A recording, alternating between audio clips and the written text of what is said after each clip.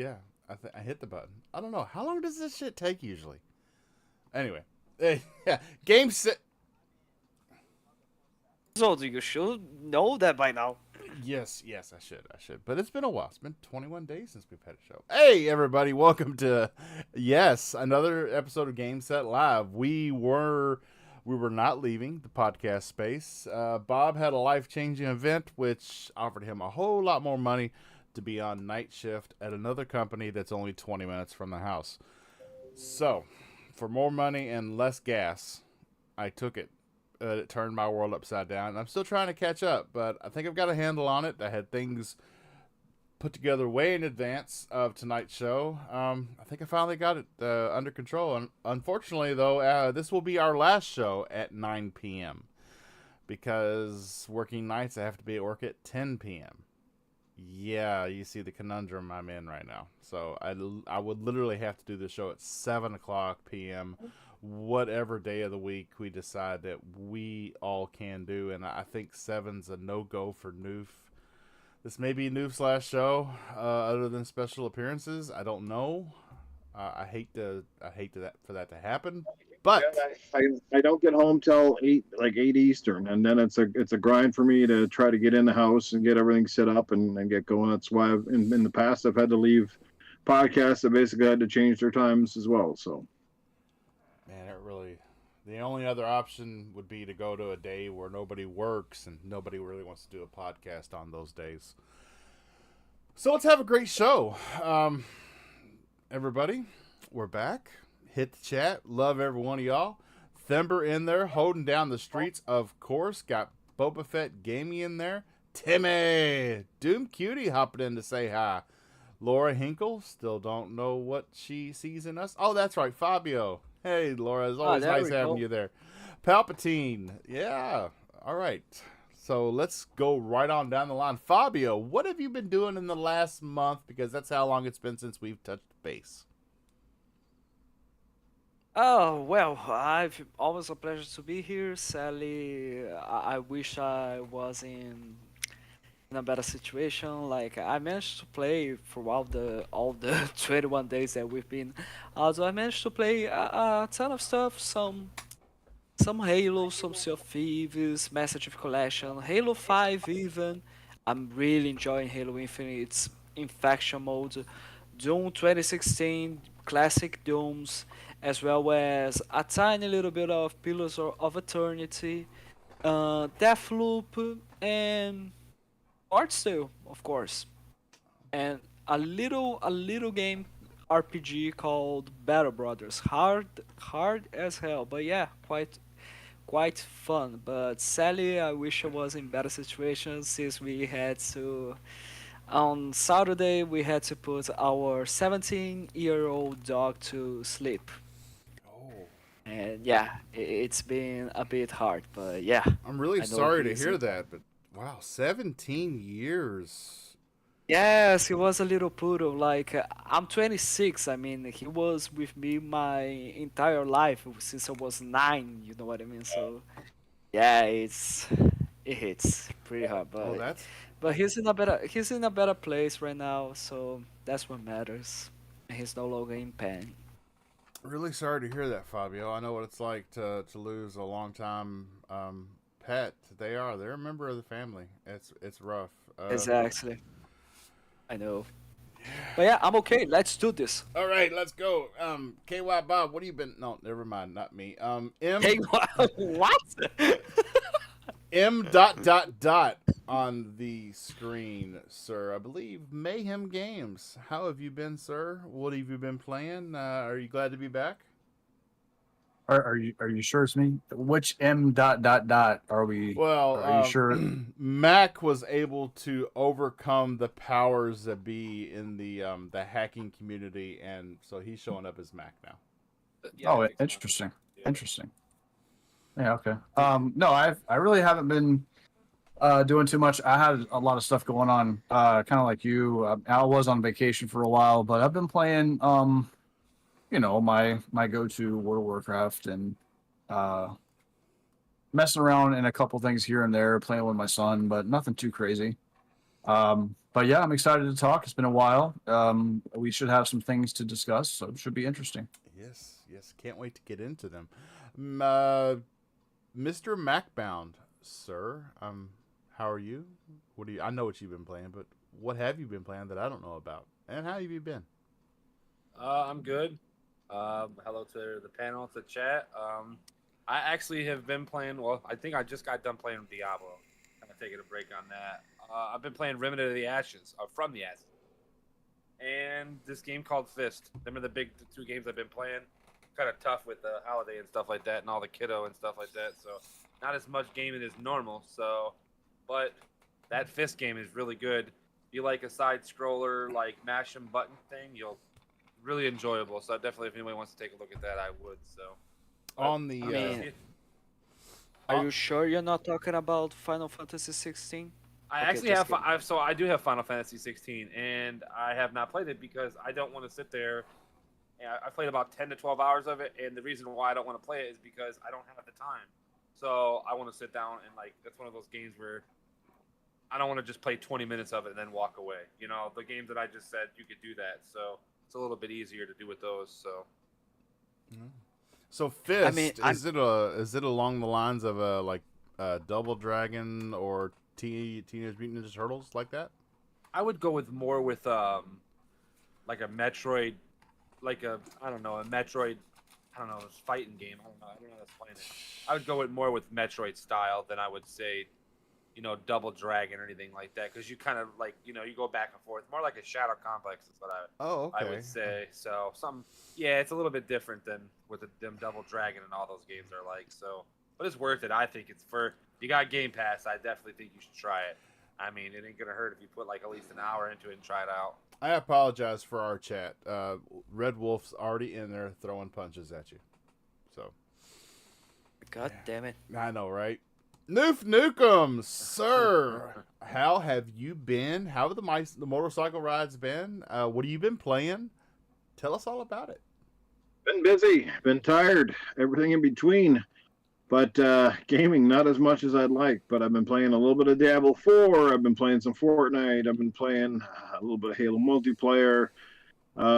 Just finished up Horizon, Call of the Mountain. Kind of all over the board, playing a little bit of this, a little bit of that sort of thing. So definitely got to kind of get back and focused in on certain titles. But otherwise, yeah, the gaming's been good. Trying to get a little bit in here and there where I can. But yeah. Awesome. Um, Yes, Fabio. No. It's just because I was curious. Which Halo are you playing, Noof? Halo Infinite. Have you been enjoying Infection? What do you think of it? No, I've just been playing regular multiplayer. Ah, fair enough. I think he just burst Fabio's bubble. And now I'm sad. Poor Fabio. Infection is so fun. Well, Bob has been I haven't had that playing- much time to spend with it yet, so we'll see. Yeah, I was playing a little bit of Halo last night, but I hopped into a party with 4 Australians, and I was stuck playing on Australian servers with a ping of 288. So I know how Jedi Knight Peter feels when he gets stuck playing on. You had to shoot like 3 seconds in advance of your target. Yeah, I know how they feel now when they get stuck playing in American servers. It's horrible. Yeah, but other than that, the game you see on screen, Superland, 6 Inches Under. I was playing this. It's got a really neat story. I wish I had captured the video at the beginning. That kind of sets it all up, but it's really neat. I've been kind of toying around with it. I've been playing a lot of Diablo. I've been going and trying different builds that I've gotten off of Polygon.com and Game Rant. Certain different necromancer builds, different sorcerer builds, and been having a lot of fun with that.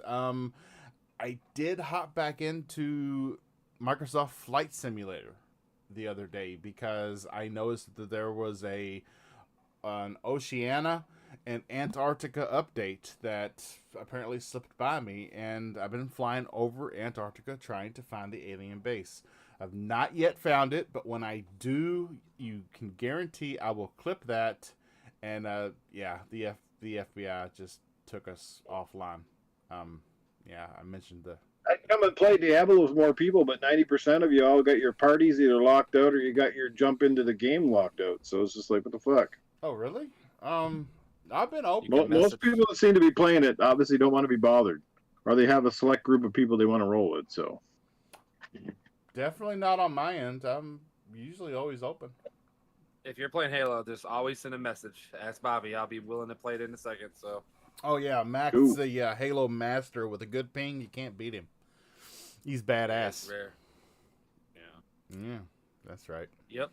Yeah, if you ever want to play, I'll play. I'm very open about playing that, so it doesn't. You just gotta text me. I'm not a person that sends invites. I just let people join or whatever. So. yeah, I just kind of can't stand randoms. Nobody uses a fucking mic. Yeah, and plus they're most of the time they're people that never played the game, or it's just like, or they when they do got a mic, they're like screaming and they're obnoxious. You'll see a lot more people being social once the season drops on the 20th. Yeah. The season already dropped, Mayhem, by the way. Oh. No, July 20th, season 1. Oh, okay, I got you. For Diablo, right? Yeah. Is that what you're talking about? Yeah. All right, so let's get the show going. Everybody, tell a buddy or two. Hit that like button. I mean, smash it. Don't break the keyboard or the screen. Just tap it. That's good enough for me. First topic. So in 5 days, we are getting our. If you count the Xbox Showcase and the Starfield Direct as 2 separate shows, in 5 days we are going to get the 3rd showcase from Xbox in 5 weeks. And it is the Independent and Xbox. The ID at Xbox, and it is being shown exclusively on IGN. That will be on July the 11th. Little birdie told me that there could be a huge update for Vampire Survivors. I'm kind of pumped to see what that might be about. When you get into the indies, you start talking about everything from Vampire Survivors to, I mean, it's limitless. There's so many gems out there, so many diamonds in the rough that have captured us on the independent scene. Yeah, MacBound, do you any ideas on what we might see at that show? So I know they're going to show Liza P. So we're going to see more of that. I'm not exactly sure. I can't remember this game. I know they're going to show it. I can't remember the name of it. I literally was looking into this earlier when you texted me about the show, and I literally was at that time frame. I was literally looking at that stuff, and I just can't remember it. But I mean, we're gonna probably get some type of announcement, some little small announcement with Game Pass. All the games probably will come to Game Pass or most of them. I definitely want to see more of Liza PC. I haven't played the demo, so everybody has. I just don't want to play it until the game comes out because it's one of those things where I hate waiting. And then there's another game called Sea of Stars that I'm really looking forward to. If you guys know what that is, I don't know. It's kind of like kind of like an old school Final Fantasy with like upgraded graphics. So, and I'm cool with games like that. So, there's 40 games. There's so many games and they only announced, I think, 6 of them. I think it was only 6 of them. So, we're not really getting much details on that until the 11th, when they do actually show it. So, I'm sure there's probably more to it, Every time it's brought up, Thember and Fabio and you guys, I really feel sorry for y'all because like Thember said in the chat, he really wanted to play Diablo 4, but 400 Brazilian AIs is too much. Yeah, it's quite ridiculous. That's why the best way for you to play is from today's sponsor, Iniba. No, just kidding. But that would be you see what I did there? That would be such a great hookup. Yeah. One day we'll have advertisements. Iniba, 10 pay years us. from now. Pay us, Iniba. Oh goodness. So is that just? I know I'm getting off topic here, but is that just the flat out exchange rate, or are things just naturally more expensive in South America?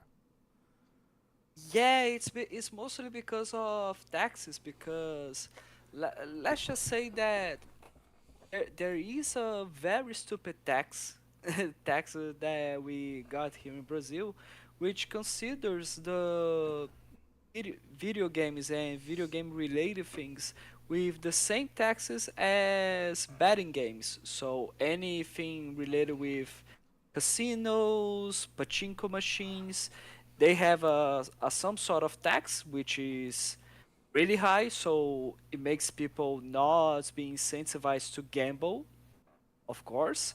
And for some damn reason, they use the same type of tax here in Brazil for video games, console, and not just that, but anything that is from the United States with the dollar, considering that our currency is like a fifth of the value of the dollar is doesn't help much. I, Doesn't help much. I'm gonna get right on the phone with my congressman so that this never gets fixed. Because that's usually what happens when you contact your congressman. They don't do shit. So, but anyway, Noof Nukem, ideas on ID at Xbox? Don't really care. Yeah. Like, I don't know. It's par for the course with that stuff. Just like rarely when I watch an ID at Xbox game, there might be maybe 2 games I have any interest in. So now I'll leave it at that. Yeah. It's not really my jam. I'm not expecting to see any major games. So, I mean, I'll watch it, but at the same time, it'll just be like, eh. M. Mayhem. Thoughts on it? Heard anything? Not your jam. Today is the first day I knew about it, but I will check it out. Just because I do feel like indies have been pretty good lately. So, they've shown off. I mean, they have a pretty good reputation of showing off some pretty good stuff. So, yeah, but also there's a pretty good. They do have a Fortnite pretty- actually premiered at ID at Xbox. Actually, they got also a pretty interesting reputation of their chats always spamming something saying, "Where are the AAAs for an ID focus show?" For some reason. Yeah. I found, Really? That's... really? Fortnite was made by Epic. How did that Yeah, end? but it premiered at ID at Xbox. I'm almost positive. It does have a point. Wow. I guess, yeah. Guess that was how they got it out. Got the word out quickly. Maybe we'll, That- maybe we'll get another Fortnite. I guess. Wasn't that back when it was just the Save the World mode? Yeah. Yeah. Yeah. Are you really trying The to... whole battle royale thing was a hard pivot. It was not the original intention of the game. Hey, you know? I liked They just- I like the Save the I World mean- mode, and I'm kind of pissed that No, they no, just didn't finish it. Yeah, I just want to point out, are you going to always bring up the Save the World mode the same way as I bring up every time Banjo-Kazooie? Well, Seriously? me and the family really liked it, and it was That's what matters. it was a storyline. It was a storyline that they basically dropped like a bad habit, kind of like Anthem. You know, Anthem was a decent game, but had no content. I understand that, but they could have at least finished the freaking storyline instead of just going, "Oh no, here, you can just make up the ending yourself." They did the same thing with Save the World. That shit pisses me off. At least finish the story that you started and then pivot, or do it while you're pivoting. I don't care. Just finish.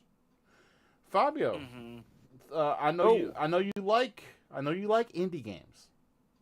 Yes, I do. And you'll have your face literally. Laura will have to pull your glued face off the TV screen, off the monitor. No, not necessarily. Like for this indie title, these indie events, like I do enjoy watching it, but it's not as exciting as I was during the Xbox Game Showcase, which I was at my girlfriend's house and I told her we are not going out tonight. What do you mean we're not going out tonight? I got a video game event to watch. What do you mean you got a video game event to watch? Exactly what you heard. So yeah, let's watch it together. And I don't know how I'm single right now. I have no idea how I am still dating her. But yeah, I think that's true love, honestly. There you go. I hear you. I hear you. I'm married a gamer. Quite a few of my gaming friends are kind of jealous about that because she has no issue with me playing games. As a matter of fact, sometimes I have to hide offline back here in the study so that she doesn't see me in a party and want to hop in. That's just the way it is sometimes. Sometimes How? it's Wait. what? Do you get tired playing video games? Playing video games, please. Noof and Red Wolf. Don't do any dirty jokes here. Do you get tired playing video games with your wife? No, Seriously? I don't. But sometimes, you need bro time, okay? And Like, I'm sorry, I had to point out to Noof and Red Wolf because I know that they would say something if I only said playing with her. But yeah, oh, God damn it. goodness. All right. Yeah, I know Doom. I see you. I'm sure that's a good time, but I'm just saying. So, All right, next topic. Who here is actually looking forward to the Metal Gear Solid Master Collection? all right. I want to just play one. I've already played two, and I played 2 and 3 not that long ago. So it's like, and I just bought 4 maybe a month ago. So just really just one. I only want to play one again. Are they going to be 'Cause I have- remastered at all? I mean, Yeah, Yeah. I think it's going to be a port because yeah, I don't think that we are going to be seeing so many improvements because we're getting this collection this year, right? Yeah. So they're not going to put that Oh, much yeah. elbow grease. it's grease not on a this. remake, but we No. should at least get the original source code as polished as it can be, running as as good as it could have ever ran on any kind of hardware with the new systems. That's what I expect. It just comes out at a weird time. That's the toughest thing about it. Like with that Metal Gear Solid collection is you have so much before and after. Mainly before, you got Starfield and everything in September, and then there's so much stuff in the early October. It's tough. And then pretty much right during it is you get Alan Wake 2 and stuff like that. If you're planning to play even 3 of those games that are coming in between that time frame, this collection's going to be pushed a little bit to the side. So I recommend, if you're gonna buy it, make sure you're gonna play it. If you're not gonna buy it, I would wait till Christmas time or early spring to buy it when it goes on sale a little bit.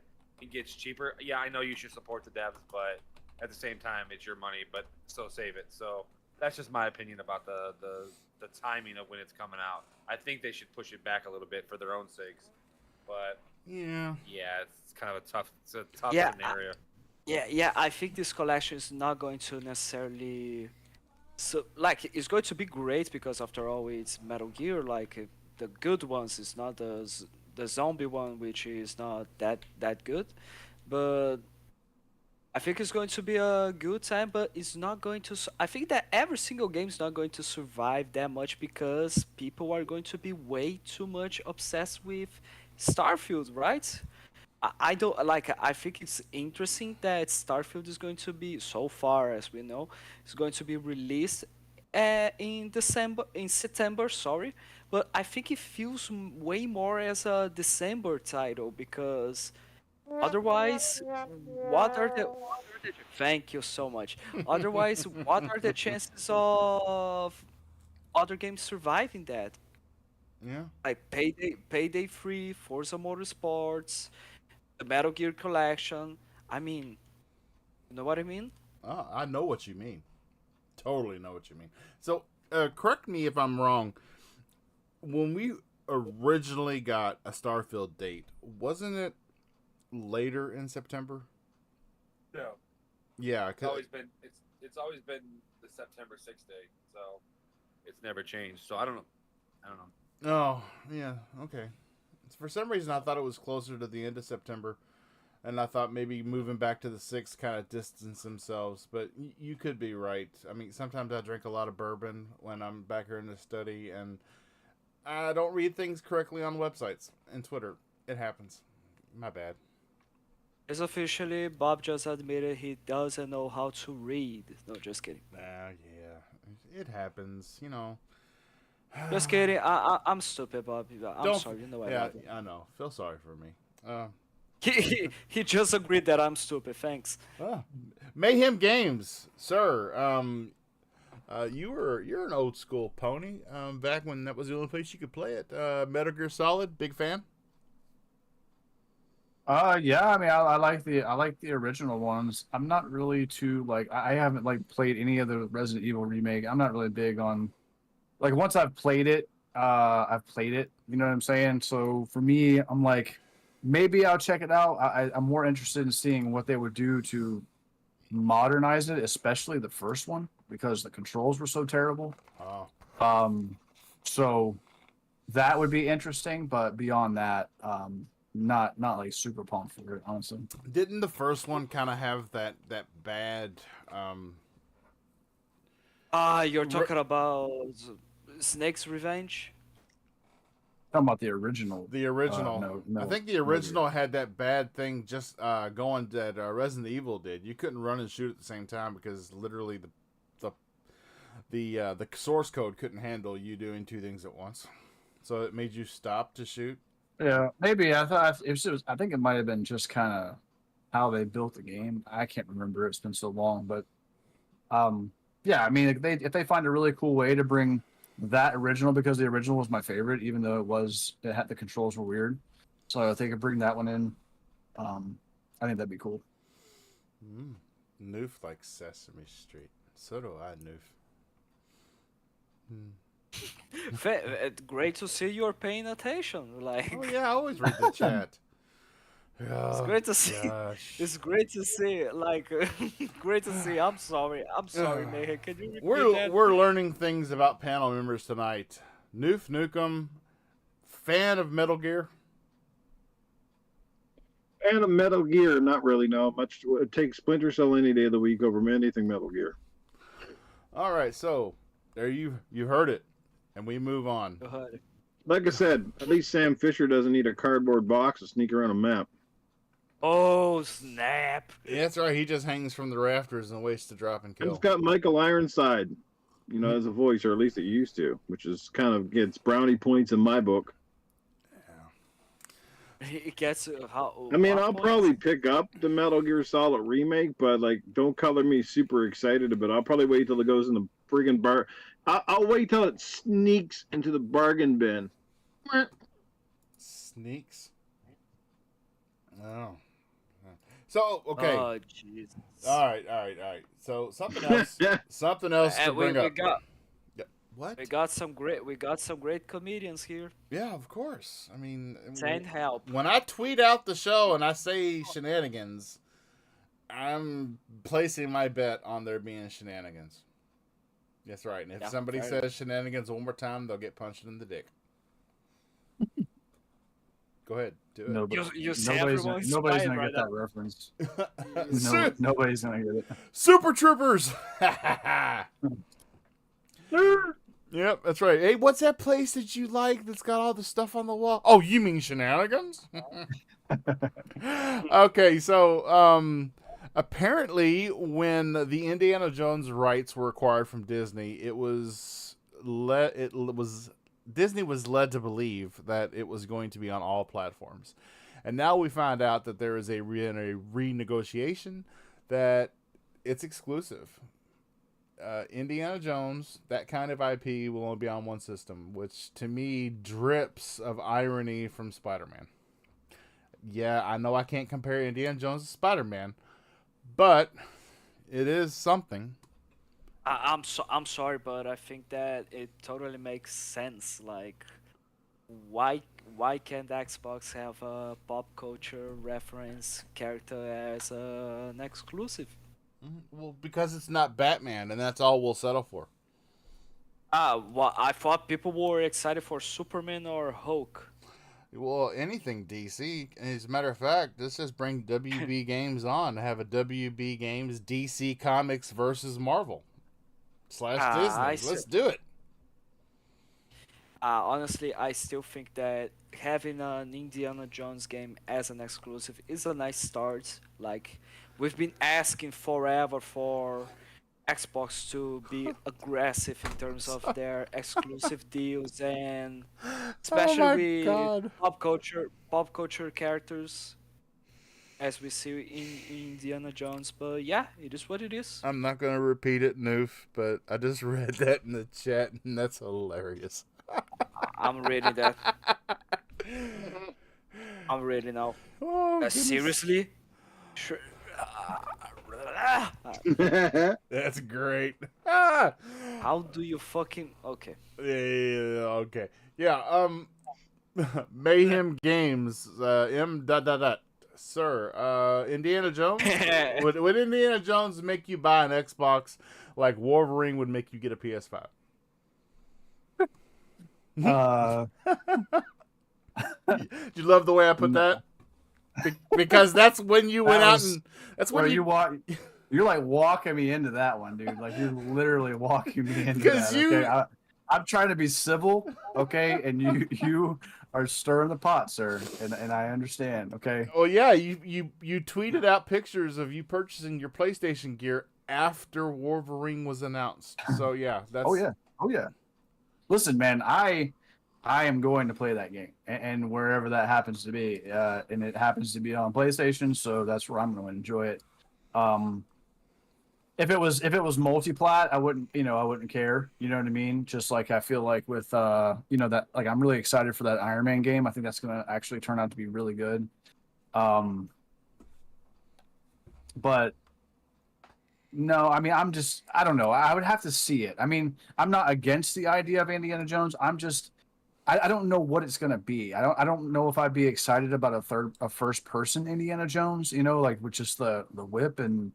I don't know how that would play out, and would it be fast paced? Would it be like a boomer shooter? Would it be slow?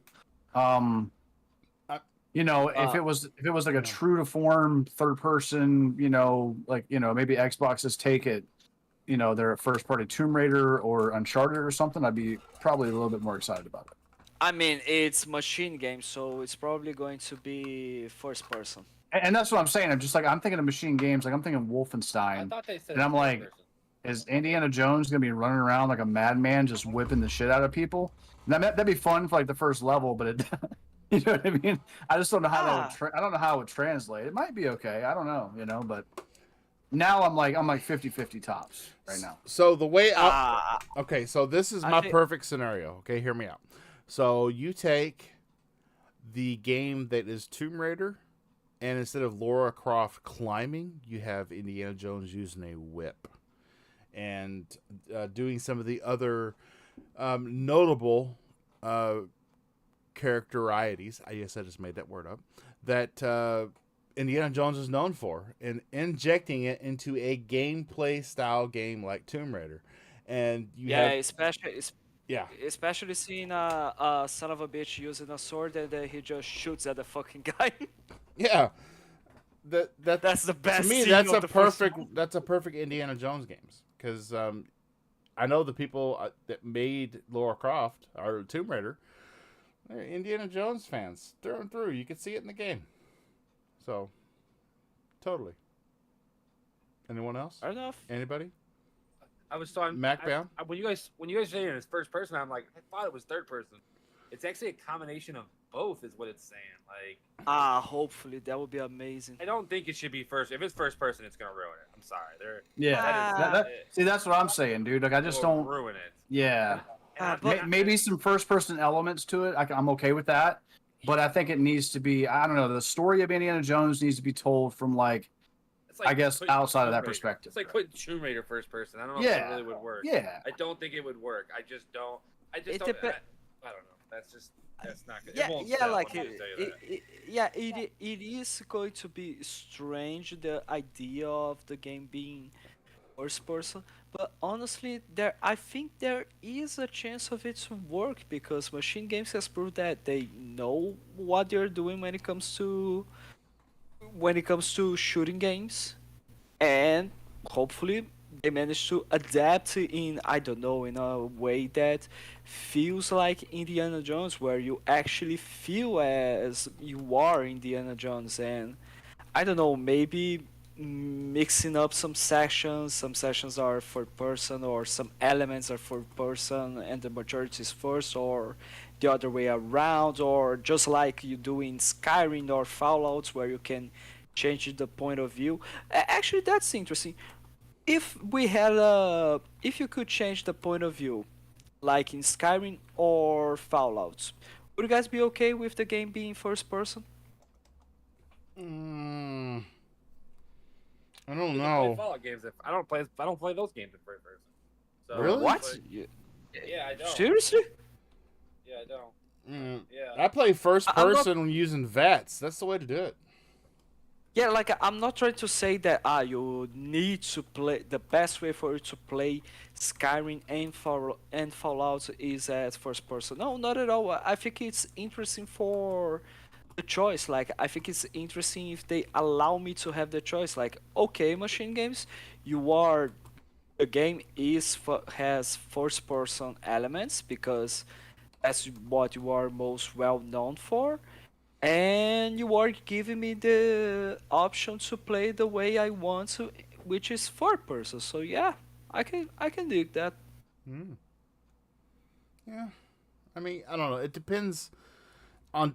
It really comes down to delivery. If that transition is smooth, and it's not overpowering from third to first, like just aiming and Hmm. stuff like that.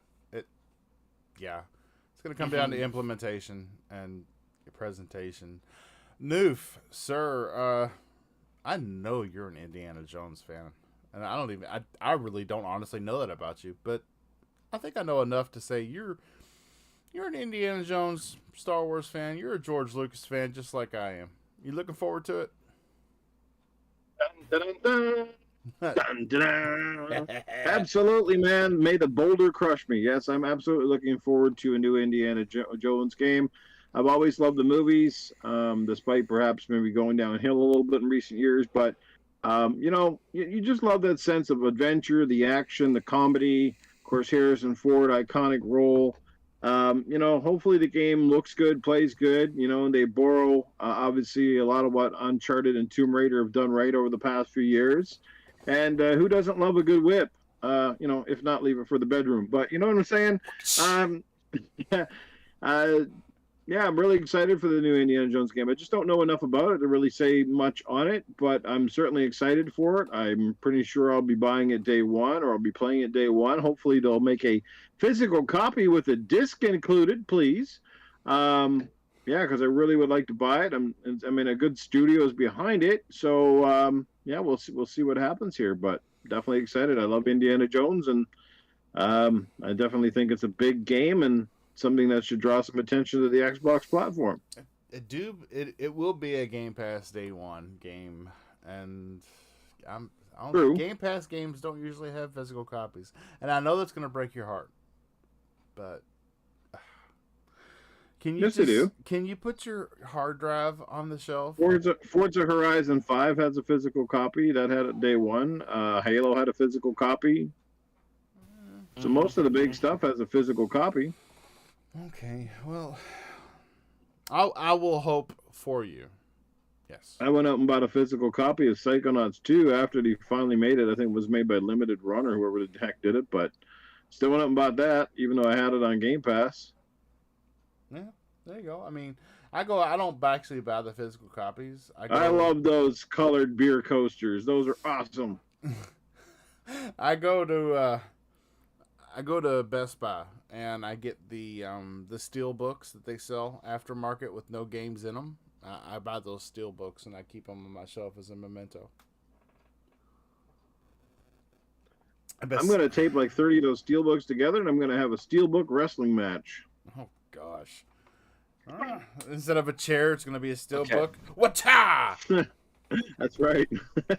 What's up? What's up? Wata! Oh gosh. Oh, okay. I'm just thrown for a loop here now. The M dot dot dot mayhem and MacBound. Have we touched on Indiana Jones with you?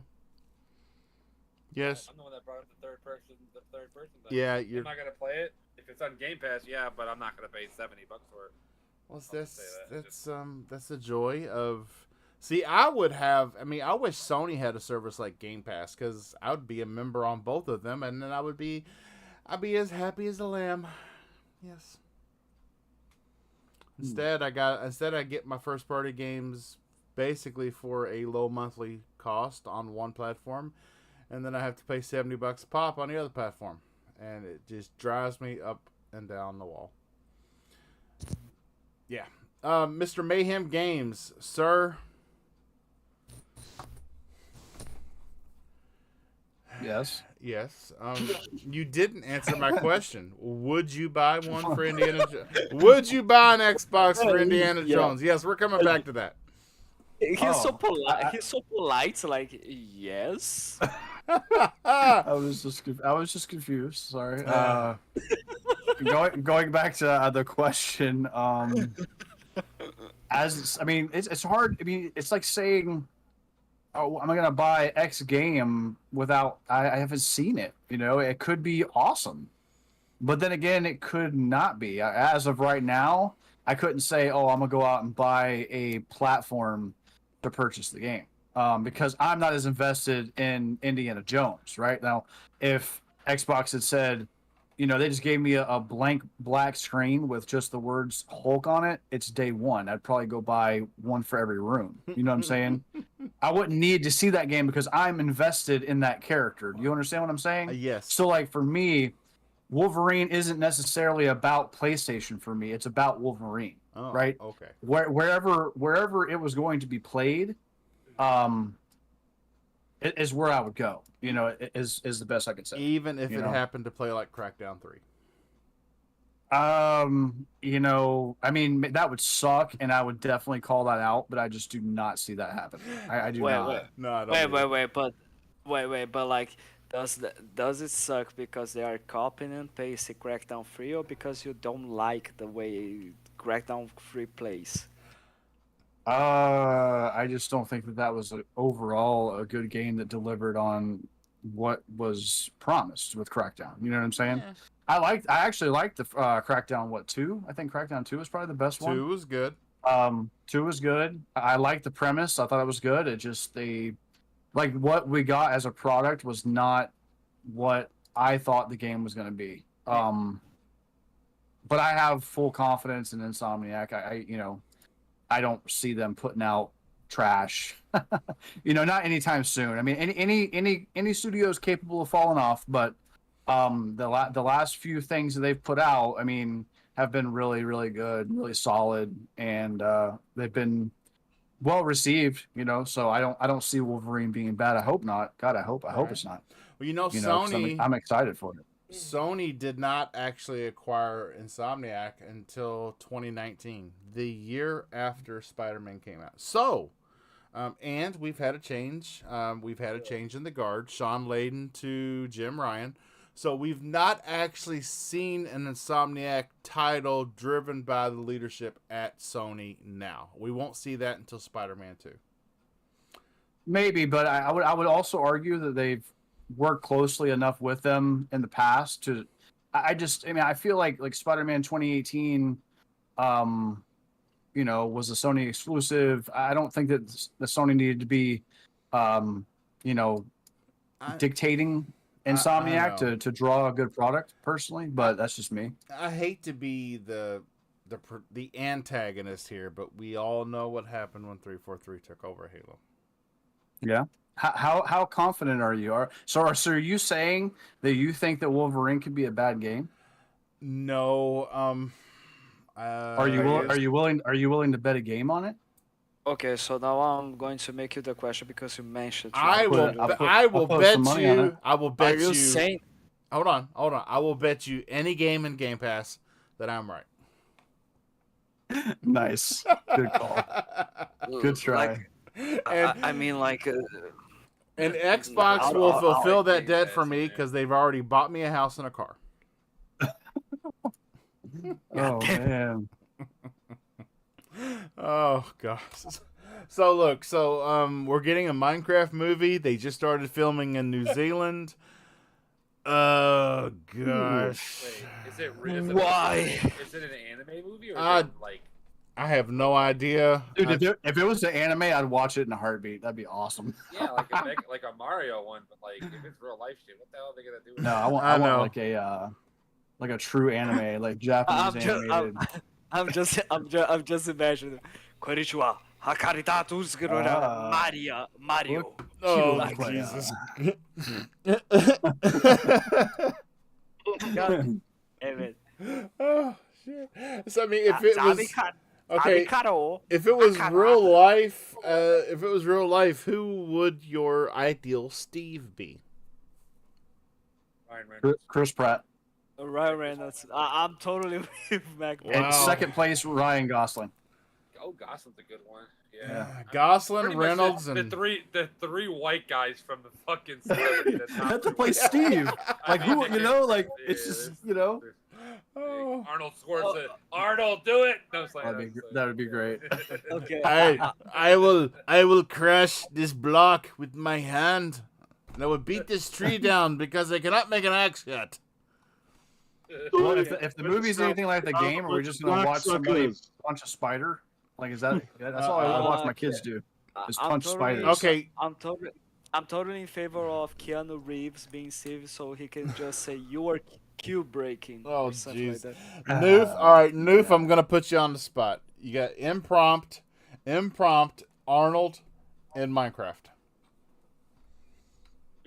Well, if I was in Minecraft, I'm gonna have the best one-liners ever. First of all, I'm gonna call you all a bunch of blocksuckers. So get out there and build me some houses. I want them all put up there. We're going to mine the shit out of this place. It's what it's going to be, but I have to keep it PG for you on there. But it's going to be amazing. So hopefully do a good job with this film. It's going to make a ton of money because everybody loves Minecraft. Everybody plays Minecraft. You know, honestly, it's crazy. Even I, once in a while, like to go out there and play Minecraft.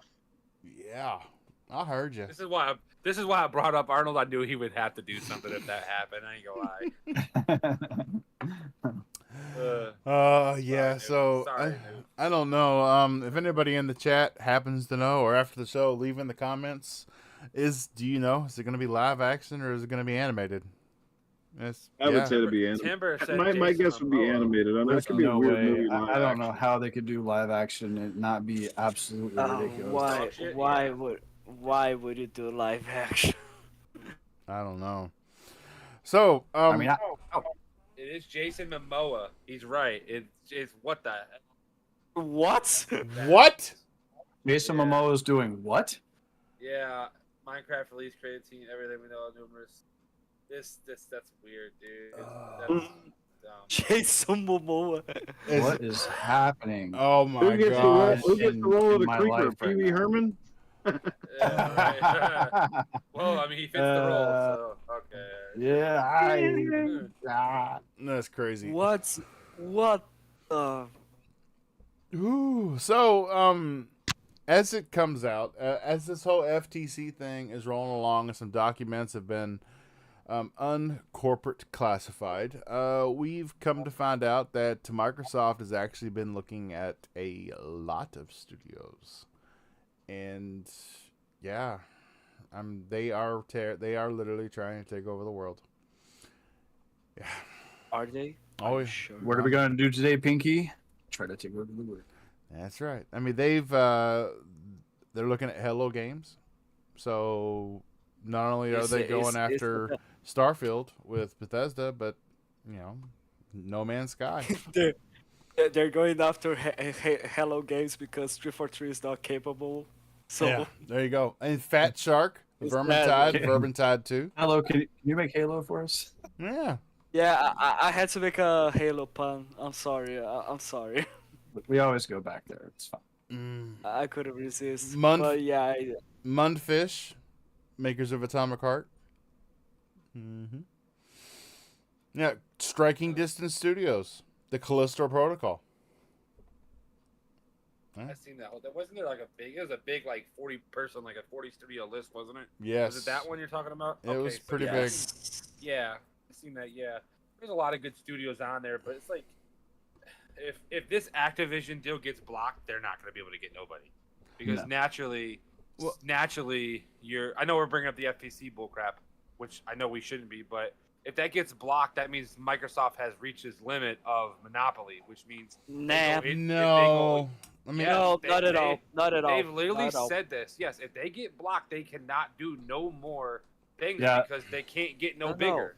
I think they here's have the to thing. wait. Don't they have to wait a decade before they can do something of that magnitude again? No. Something. Yeah, Right? yeah. Here's the thing. They cannot buy a big company as Right. Yeah, but Activision anything, Blizzard, They but can't. they anything that's can worth always millions they of can dollars always is a big company. Anything that's they worth can millions no of they dollars can is a always big company. they can always buy other studios. It doesn't have to be a big I one. would have Like thought Microsoft buying all the ones that you thought without ABK would have been a much better deal and would have already been approved and could have already been under Xbox's umbrella. Well, Yeah. But I feel like they shot for like the moon, right, and hope to get like they Hail Mary past it for this huge thing, and now it's this No. long drawn out thing. I do. No, I think Munfish, Halo Games, all those three would have been awesome acquisitions to put in there versus something that's just going to remain multi-plat and really just kind of fuel the bigger machine and not necessarily Xbox. I'm with. who said that it's going to every single thing is going to remain multiplats? Like new IPs could be The ones that made. matter will. It was already part of the verbiage. So All the what ones about that matter will. So what about the capability of acquiring studios capable of doing game genres that with IPs that need to be revived? Toys for Bob, Angel. Toys for me. That's right. Yeah, I just don't. I like toys. I don't think them purchasing ABK or anything like that is going to like all automatically take everybody off the COD machine. not. That's what's making them the most money. They're not just going to randomly magically. All right, stop making the biggest money maker in the world and work on a new Spyro. I want that to happen, but I don't think it's going to happen. A new Of course they Banjo. are, but Toys for Bob is not working on Call of Duty. That's the thing. It's not just the Call of Duty studios. We got Toys for Bob. We got Blizzard that's doing their own thing, and every single other one, yes, is working on COD. Facts. Okay, but it's not every single one of them. That's just what I want to point out here. Well, I'm not saying that they are going to give up on COD because it's the biggest thing. Of course, it is the biggest thing. But the main reason for this acquisition is because Microsoft wants King. Microsoft wants Candy Crush because they want to expand their mobile market. And who best to do that if not the developers of the most popular game of all time on mobile? you know, Square Enix and Sega were on that list too. So, yeah. Why? Like, honestly, I think this was more of just like this was just like a potentials meeting. You know what I mean? Like they got in there and like, okay, like what could we do? You know, kind of thing. More than just like, you know, this is our plan to buy every single thing. I don't think they would have done that. Well, if you Maybe they put a bunch of them out there and everybody talked about it, and then they finally said, all right, ABK makes the most sense in this boardroom, and that's what we're gonna do, kind of thing. but I'm curious. Was this list created before or after the Bethesda acquisition? It was. I'm curious about that. I think. I would say it after. was- I would say it's after because they did Bethesda like last second. You know, pretty much. Well, not last second. They didn't go, oh, let's just flip a coin and they got it. But they got pissed off about Starfield possibly being like, you know, exclusive, and then they just got pissed and they already said we're gonna. In 2019, they pretty much said, okay, it's time to start getting people on our side and buying people because we can do that. So I think it was probably after Bethesda because Bethesda was like, bam, oh, we find out Starfield is exclusive. Okay, no, that's not happening. We're gonna buy Bethesda up because they, you know, it just makes sense for us and they want to sell. So Yep. it was like a 2-for-1 special. So Fair enough. yeah. And honestly, the APK thing would have never. Okay, so you get where do we draw the line at? So when they bought Bethesda, we didn't see this big scuffle over Bethesda, which was also including Doom, Wolfenstein, Bethesda Fallout. $6 billion. $6 billion. Correct. So That's the difference. is that where we draw the line though? 6 billion Well, versus 69. Well, yeah. See, I was seeing I was reading up into it. It said anything over $5 billion should have been looked at. So that's why it did take a little bit for Bethesda to go through. But Microsoft was still pretty, you know, poo-poo or whatever you want to call it at the time frame. They really didn't have. They just started. Game Pass was just starting to get its gears. You know, it was just starting to get to where it should be or almost there. So when the courts looked at it, they looked at it like that. They didn't have cloud gaming at the time, or if they did, I can't remember if they did. It was probably shitty because it's still shitty to me.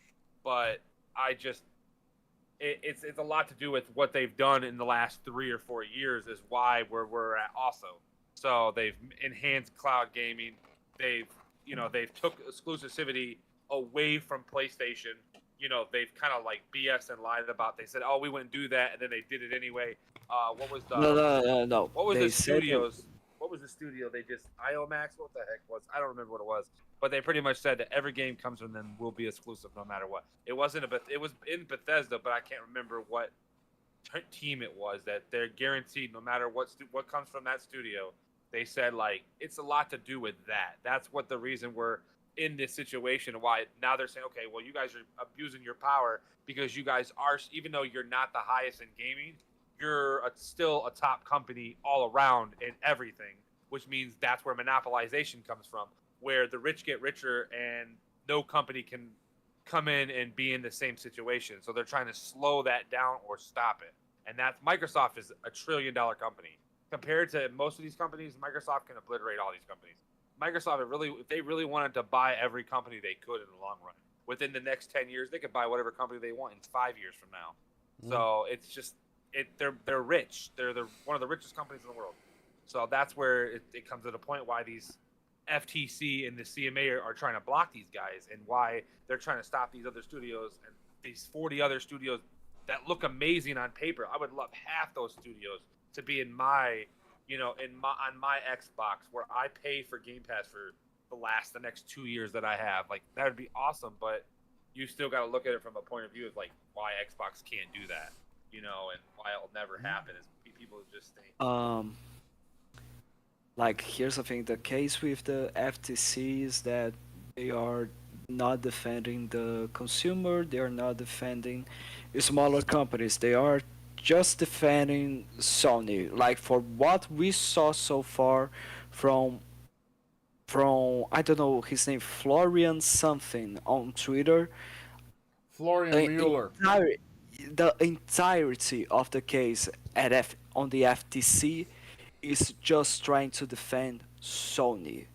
And when it got to the point where the judge asked Sony,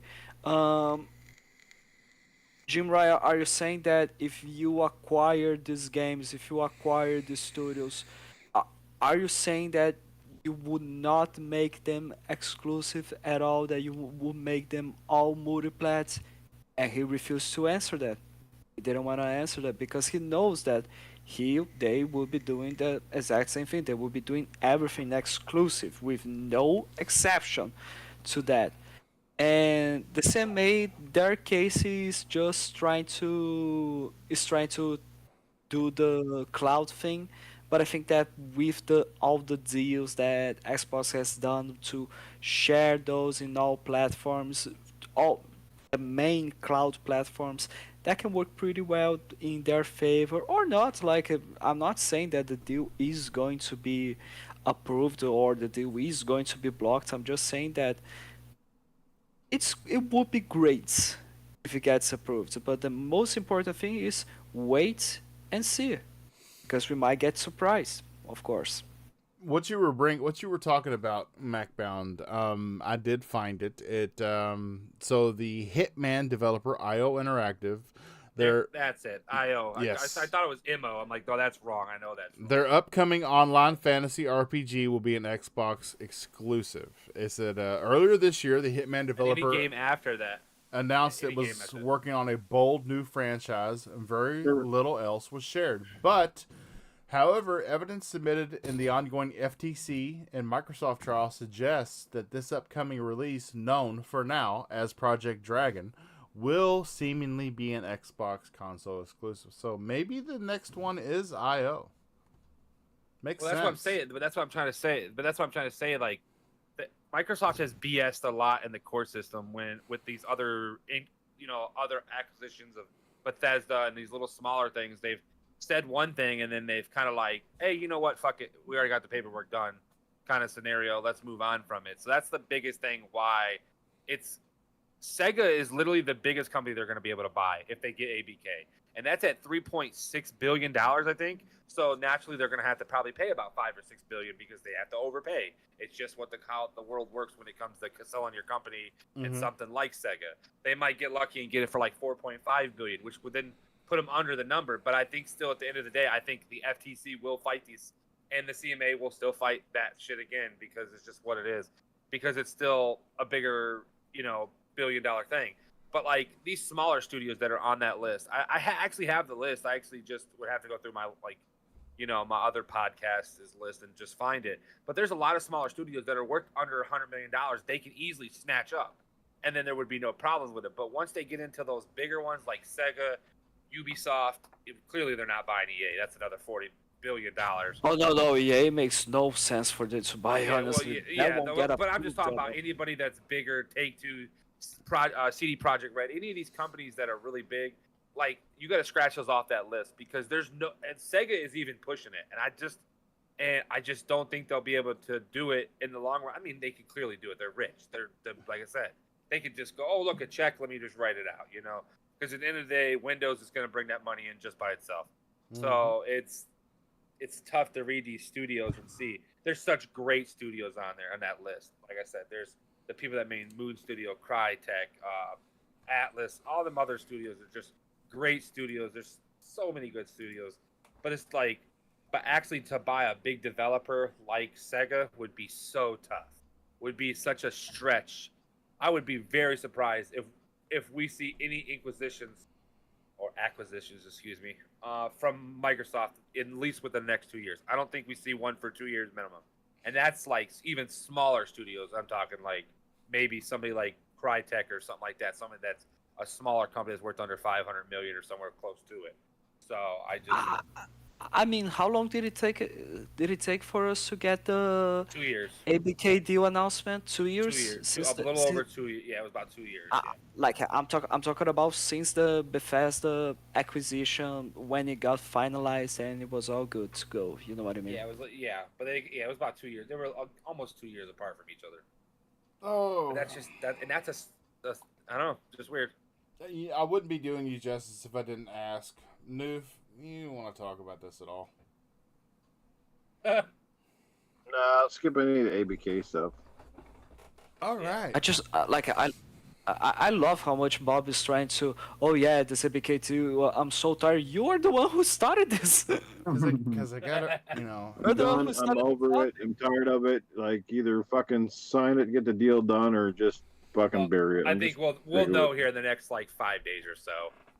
They got to know by July. I know we're gonna keep talking about it. July 18th is the last, pretty much the day that the contract's over with. They're gonna try to get that done beforehand, so then one of these companies can appeal it. Which then whatever.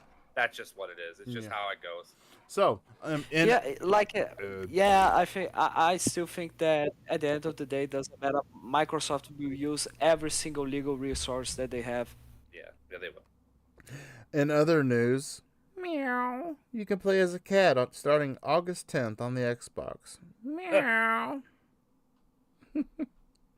Yes, you can play Stray on Xbox August 10th. Woohoo! That's right. Go get them. How good is the game? Are you excited for that? I played it and I beat it on my PlayStation and I enjoyed it. Okay. Worth it? I believe it's worth it. If you like cats, you'll love the game. Because I like cats. I'm a cat person. I have dogs too, but I'm more of a cat person. And I enjoyed it. It was very quaint and really appealed to the cat side of people. And if you don't like cats, you would have hated it. Totally. So, yeah. Meow. Mm-hmm. You like that? It was a good meow. I thought It was awesome. I had it on the PlayStation, beat it, and loved every minute of it. Can't wait What's to see it come to Xbox. Yeah. How much is the price on that? I don't know. Here, I think I bought the game on PlayStation Store here in Canada. I think it was about $40. I think it was. Yeah, that's not bad. So it'd probably be about $30 here, 30, 35, something like that. Yeah, I think it's not that expensive. It's not an overly long game. I think you can beat it in like under 10 hours or whatever Which it is is. why it needs an expansion. No expansion? Really? It's called The Stray, The Tale of Two Pussies. No. I mean, we Oh had my that. god. We had that Annapurna, the Annapurna showcase, and Annapurna. Pardon the pun, Annapurna. Yeah, I was expecting like a Stray 2 What the- or Stray expansion. We didn't get that. We got a lot of other really good looking games, but not Stray.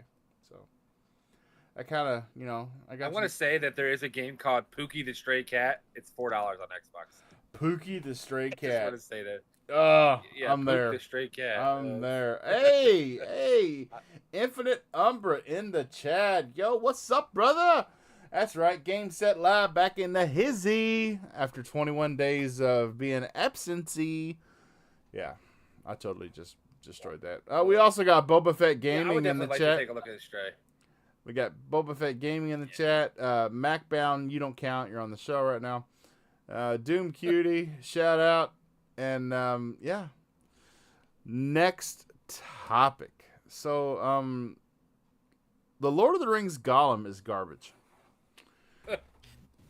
Who could have guessed? It's Actually, it was awful 2 years ago. Okay. So 2 years ago, I gave it a chance. 2 years ago. 2 years ago, I saw it and I was like, it's still really early, and it does have stealth potential. It's a total crap game. Seriously? It's a crap. Wait, game. wait, wait. It sucks so bad. You actually saw it. You actually saw the idea, a Gollum game, and thought it has potential. Seriously? It was an aspect of the universe of the Lord of the Rings universe that had never been visited. So yeah, I mean, It should never be visited. Oh, Who the fuck cares about Gollum? I don't know. I mean, he was cute when he was a hobbit. I was seeing this. Yeah, well, I was listening to like some reviews on it and how bad it is, and they said the whole time he just says precious like every other freaking word, like dialogue, and they said it's just horrible. Like the game looked awful. I don't know. It looked bad 2 years ago. I even laughed. I said, "Wow, they go from Shadow of Mordor to this shit. Like that's a fucking joke, that's Bro, horrible." just the concept was terrible. Like of all characters, you wanted to That's pick what I'm saying. Gollum.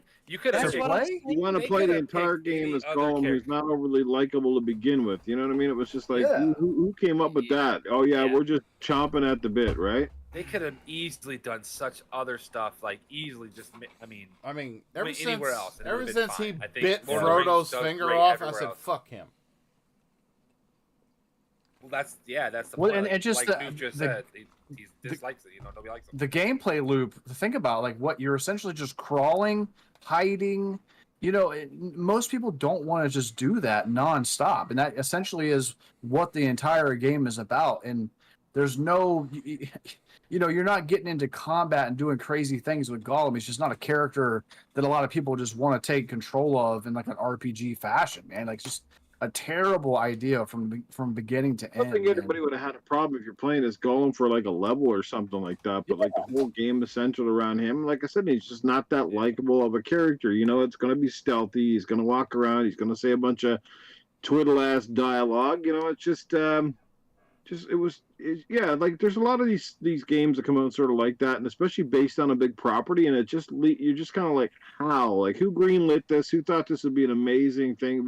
Is this aimed at kids that don't know any better, and perhaps even if they went with a more realistic art style, but they chose this kind of cartoonish, odd looking style, and then it just I don't know, man. Every time I watch videos of it, I was like, yeah, I can definitely see why nobody's playing this game. I think it had something to do with the licensing. I don't believe they had the. I mean, because if they could have made another Lord of the Rings game, they would have. But I think they. No. Yeah, go ahead. Like, cut me off, motherfucker. Spill it. sorry. Let it out. Okay. I'm sorry. No, go on, Joe. No, Sorry. dude, I'm just giving you shit, bro. I'm happy to be back on the air. Let it out. No, go. It's all good. No, you go. You go. No, I thought you were going to talk about like what people hated on the game, but it's pretty obvious. I mean, I've just watched the videos of other people playing it, and I know I don't want to play it. I wasn't a sucker. I didn't spend money on it. I watched other people be suckers and spend money on it. So, yeah. I mean, you can play the game. You can kind of play the game just to make fun of it, but please buy it really cheap.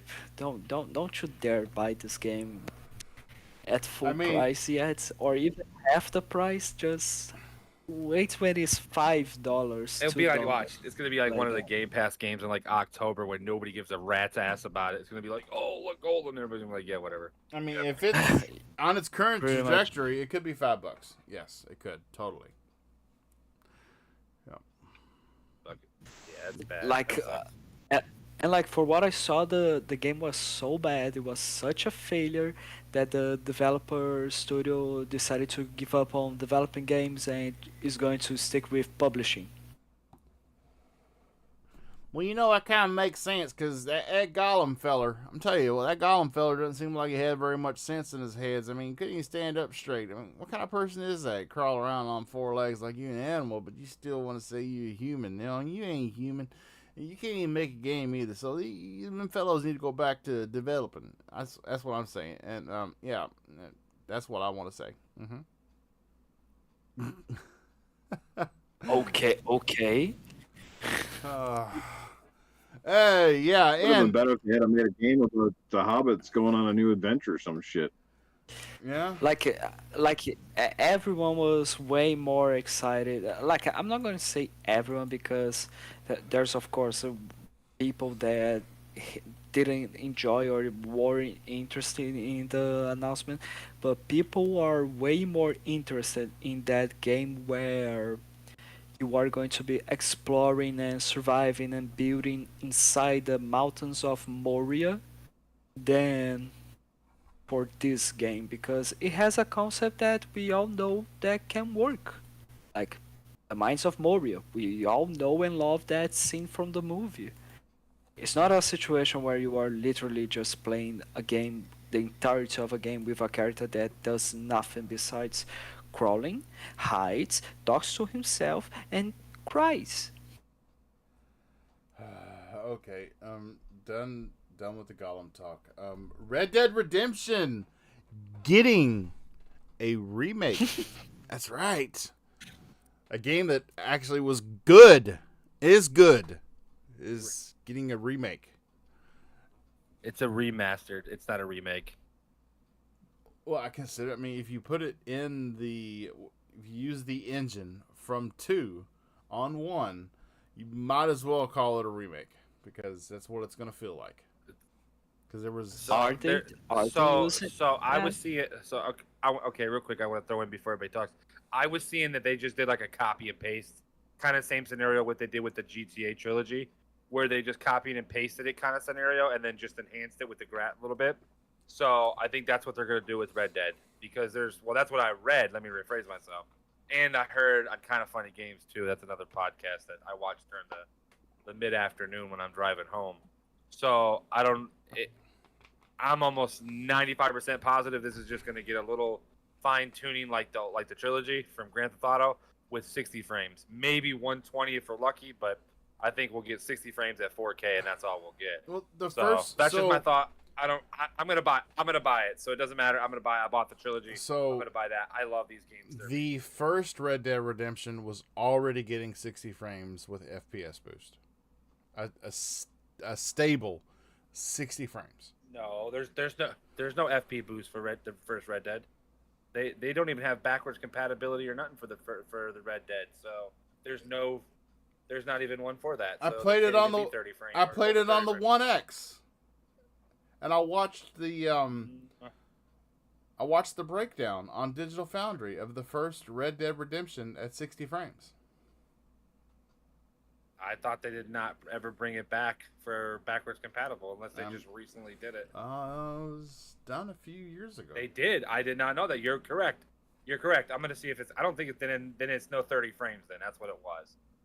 Okay, go ahead. My bad. Go ahead. Yeah, I'm pretty. I'm gonna Yeah, read it because in they chat. were Let's they real were quick. showing side by side the when you first come in on the ship in the beginning off the ferry and you come on to the shore across the bridge around the other people side by side, and the 1X version was holding 60 frames and the other version was of course 30. So I'm assuming that they're still So yeah, so it's just a 360 version, and it's us. So right here, let's see. So it's only the 360 version, and it's only at 30 frames. So, yeah. Yep. I could have swore it was 60. I'm just looking at what it says on the dashboard. On the I dashboard, mean, was It means Bob was wrong. it I don't should even just show it. fucking hang up my hat right now and walk away. Don't worry, I wasn't right the first time. I didn't know. I didn't think they remastered it on the Xbox One. But I didn't know it was on backwards. So that's what I thought you were talking about. So. Okay. News. They should remaster Halo 5. Yes, sure. No, not long time. Halo 5. Out of the sudden, someone just said Halo 5. Long time no talk, Noof, sir. Red Dead fan or I don't really, Western. No, look, I love Red Dead. I love Red Dead Redemption. I played it, beat that. Played Red Dead Redemption 2, loved it and beat it.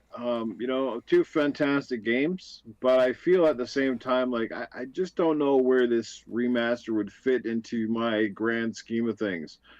Well, I'm sure, yes, they're trying to capitalize and make more money on a franchise that obviously sort of, by the time Red Dead Redemption 2 came, it was starting to hit its peak. Because a lot of people, I think, overall kind of didn't miss out on the first Red Dead Redemption on the 360 and the PS3. Mm-hmm. But I mean, that game was very close to a masterpiece. The second game as well, just an absolute dynamite game that, it kind of got rid of the, like it's GTA essentially, but it's not as silly as GTA, right? Like definitely a lot more believable, great characters. Very few worlds have certainly realized and brought to life sort of that old Wild West gaming feel, that Rockstar did. It was just absolutely amazing. I mean, some people may not like it, but I thought it was just super well done. And, so, I mean, of the two guys, personally, I mean, I think I still enjoyed the character of John Marston, I think, overall, more in the first game there than the second one. But just two amazing games, and sure, like I'm definitely interested in it. And if it's a decent price, it's not like a full priced remake. I may pick it up and dive in again. But I can't say like I want to see it so much that it's right up there on my oh my god, I got to get this. I mean, you know what I mean? So I think it's good that they're making it. The game is a few years old now. I mean, it's probably over 10 years old, I guess, at this point. Yes. So, I think it's a worthwhile remake. Just hopefully it's done right. If they build it with the Red Dead Redemption 2 engine, it should be should look and play really good. So I do want to get to Mayhem Games, but I'm going to inject my 2 cents here before we do. What has really, so when it came to like remakes and remasters, we kind of, before Resident Evil, we kind of took what we got. But after we've seen Resident Evil 2, 3, and 4 done with the justice that a classic deserves, and actually made better games from it, that bar has been set. And every remake or remaster that we see is going to be held to that Resident Evil candle. And I'm sorry, it's going to have to blow me away. Otherwise, it's a loss. It's a big L if the remake or the remaster doesn't blow me away like the Resident Evils did. Mayhem Games, sir. Which one? Red Dead Redemption. You talking about the original Red? You talking about the original Red Dead? Yes. Okay. Yes, sir. So, are you asking me like, what do I think it's gonna be? Yeah. What do you? Or how it's gonna be? Yeah. I mean, you think we're gonna get? Is it gonna be something more along the lines of what we saw with a remake like Stubbs the Zombie remake, or is it gonna be like the shitty remakes we got from Grand Theft Auto. Did they specify it's a full blown remake or a remaster? It's remaster. It says last year, full Red Dead Redemption rumors. Any such remasters were halted. Well, now the series is back in the limelight again, and they are focused squarely on the first game in the series. But it's a new version of the Red Dead Redemption from Take-Two. Yeah. I mean, first off, first things first, I think that they should bring Red Dead Redemption 2 into the next generation before they do anything. They still have that game locked at 30 frames when it's more than capable of being 60 on the Series X and the PS5. I'm not sure why they're not doing that. But I mean, it runs very capably well. It's very optimized even on PC. So, you know, it does not take a very strong PC to run Red Dead 2 at like 1080p 60 with like decent settings. So before I want to see Red Dead 1, I'd like to see Red Dead 2, which I personally was more invested in to get the next gen update.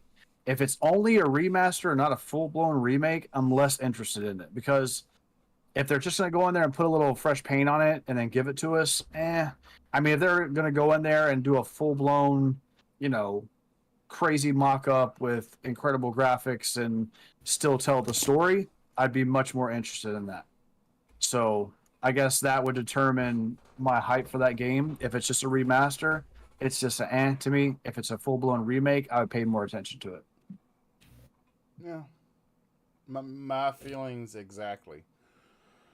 Yeah, like I said, Resident Evil has kind of ruined us when it comes to remakes and remasters. If you can't hit this mark, then please don't try. I will just rather play the original with. Well, that's a good thing. It's like, you know, why give us mediocre? Just if you can't make a game that's as good as Resident Evil 2 or Resident Evil 4, then don't bother, right? Because we want that level of quality. If you're going to go back, because all of these remakes and remasters, they are targeting us, right? They're targeting the middle-aged gamer, right? That era. That you're gonna get hit with nostalgia, and you're gonna remember how good this game was, and you're gonna see it being made in like new graphics with new stuff going on, right? So it's targeting us. So if you're gonna pull something that I loved from my childhood, then take the time and make it a really good game, right? Mm-hmm. That's the way I feel about it. You know. Good point. Yeah. And Fabio. I'm really glad you spoke up, because the next topic has to do with you. I'm aiming it directly at you, sir. I know what it is. I know exactly what it is. But so, a Rare Developer says that there's no audience for a new Banjo-Kazooie, and quoting him directly, I'm not convinced that there is an audience there for Banjo. Mm-hmm. Oh, I'm so sorry. Let me say this in the most eloquent and trying to show my education towards this comment. Okay. What a bunch of bullshit. Here's the thing. Oh, that's funny. Here's the thing. You made me laugh so hard I hit my head on my microphone.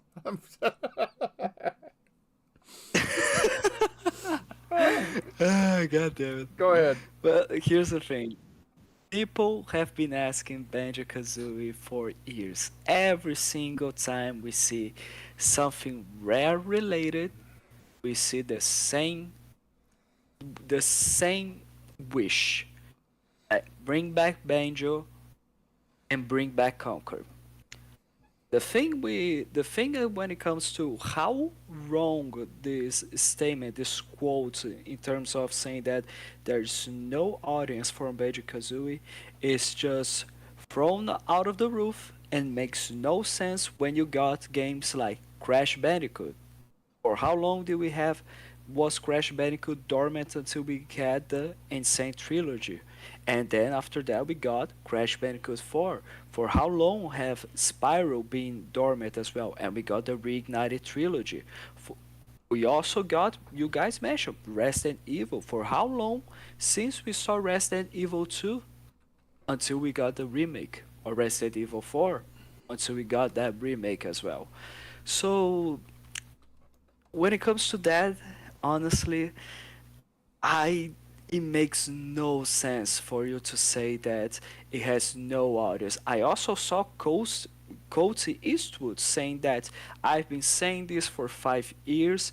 Psychonauts and Rasputin are much more Xbox likable characters than Banjo. Here's the thing. By the way, shout out to Coty Eastwood. He's awesome. But like, I need to disagree with him a lot in this situation because here's the thing. We are guys are you people are saying that about Rasputin because right now we got a second game of Psychonauts. Wait till we have a new Banjo game for you to see what's going to happen.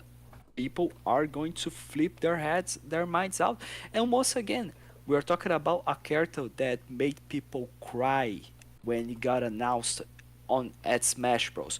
Grant Kirkhope, the guy that made the quote saying talking about having no audience for Banjo Kazooie, was one of them. He said, "I'm so happy to see so many people happy to see the return of the bear and bird."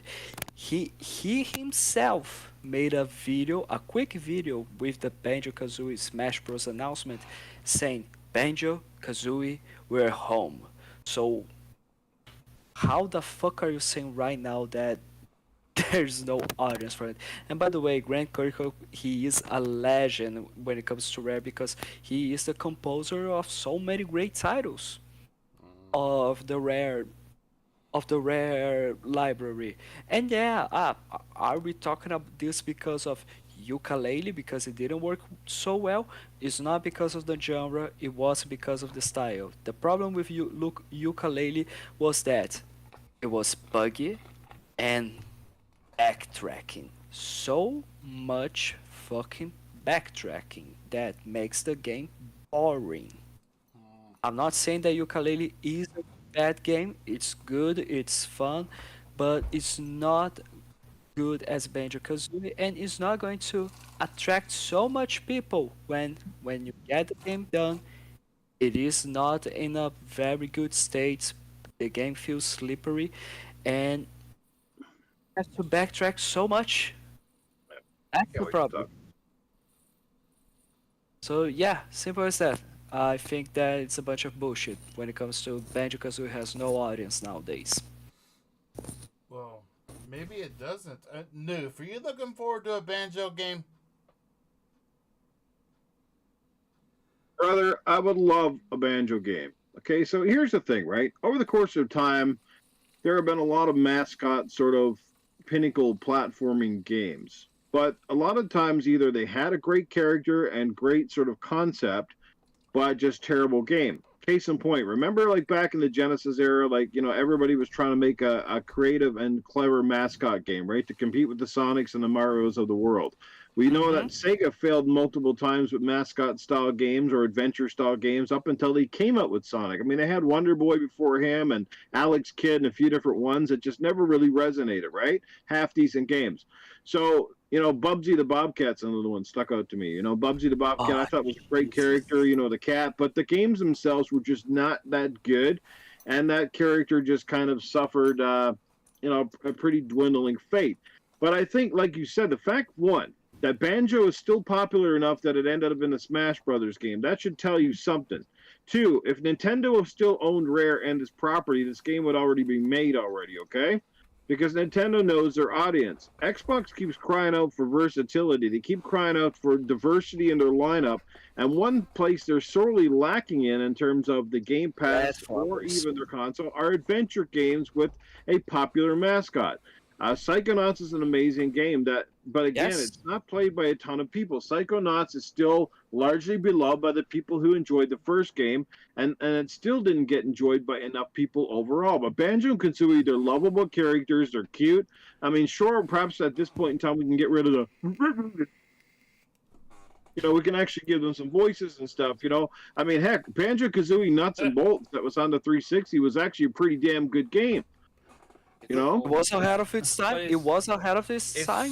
It sold so bad though compared to what they thought it was Okay, going to sell. but that was that was a Doesn't different matter. time, and there was a lot of different competition. But I think now with the Game Pass format, a game like Banjo Kazooie could find a great audience, right?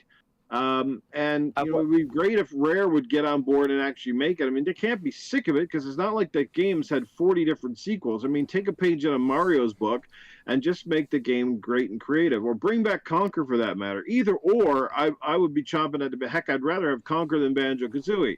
But I mean, the fact, like there's a lot of potential with a property like that, and when you have the nostalgia factor behind it, that's almost like a factor that it could guarantee sales in its own, because so many people have asked for it. So many people are out there going, this would be great. And if they made something like that co-op even, where you could co-op the two characters and stuff like that, I think, there's tons of potential there. I would love to see it come back. I really would. I think it would be a great bonus in the cap. And again, it'd be even better if Rare wanted to make it. But if they didn't, pass it on to another very talented studio. They have enough of them now to do it and do the game justice. And I think it would do it much better this time around if people brought it back. So I'm all for it. I think there is a place for it. There's not enough of these games out there, certainly being made by the big companies. And Yooka-Laylee, like you said, yeah, it had some of the devs who actually made the original Banjo-Kazooie, but I got to say, like Yooka-Laylee, the character itself was just not endearing. And we want characters like a bird and a bear, very recognizable regardless. Bears and certain types of characters resonate with people and certain don't. And I don't think a lot of people really care to play as some dorky little lizard. You know what I mean? Mm-hmm. I mean, like, let me. Those Gex games back in the days didn't do exactly well, So did they? I was Because it was gonna a lizard. go I a mean, little further I mean, than that. One of the very first 3D platformer games on the original PlayStation was a game called Croc, and I loved. Oh, I loved Croc. Croc was my that's jam. that's me traveling back in time right now. Croc was quite charming. It was. It was a good 3D But platformer. let me point out another rare IP that has been dormant for years. We had a new game. It was a massive success amongst its community, and people are asking like crazy for it to be back. Killer Instinct. Like, I mean, man, I mean, why don't it kind of did how come can, back. simple as that? How I mean, looking at it it from did? the What do you mean? It kinda. okay, it did. It came back with the One X. Okay, they redid the Killer Instinct for the One X, and which, quite frankly, has got a much higher frequency in releases than Banjo Kazooie does. We It's haven't seen Banjo since it, the it, 360. it's simple, exactly because we haven't seen Banjo since the 360. While Killer Instinct, the servers are still able for you to play right now this day. To this day, you can play it and find online matches. You can watch Maximilian Dude to prove that. Like, actually, Maximilian Dude considers the new Killer Instinct, and when it comes to Maximilian Dude, he is a very good expert in terms of, not necessarily in terms of Xbox at all, but in terms of the fighting game genre and the community. But he considers Killer Instincts the best game of the decade, the best fighting game of the decade, because it was so good, it was so successful, it has such a big community, and people are still playing to this day. So and once again, it is a game that has online. Banjo-Kazooie does not have online. Oh yeah, it had Nuts and Bolts had a multiplayer mode. Yeah, but like it's Nuts and Bolts. It's the game that people always love to say that it's bad when it's actually quite good. It's actually quite good. It's so good to the point where Nintendo themselves decided to what? Steal the car, steal the vehicle building mechanics and put it on Zelda. Zelda nuts and bolts, right? Tears of the Kingdom. It's basically that. I'm sorry. Tears of the Kingdom, nuts and bolts. That's funny. Am I wrong? Well, Am I wrong? at least it was fiery rockets and penises, was what it was. Let me. So I'm sorry. Am I being way too passionate about it? Am Oh, I being way too fanboyish about no, this, or am I you're doing not. good arguments You're with not, this? because I feel the same way about. Well, MacBound just made me think of the cover of Conker's Bad Fur Day, and it's got him next to that female, and he's literally riding the turret on the tank. And it's Bad Fur Day. Like, the turret, it kind Yeah, of like it kind of looks like like an animated extension of his member. Yeah, I miss Conker. Bring Conker back and just make him just as yeah, nasty as bring. ever. I honestly think that to make of course, like I think that a good start is with Banjo, but Conquer it's a great game for you to return to. It's going to be way harder because you need to be very extra careful to not offend people to the point where your company is going to be canceled. You know what I mean?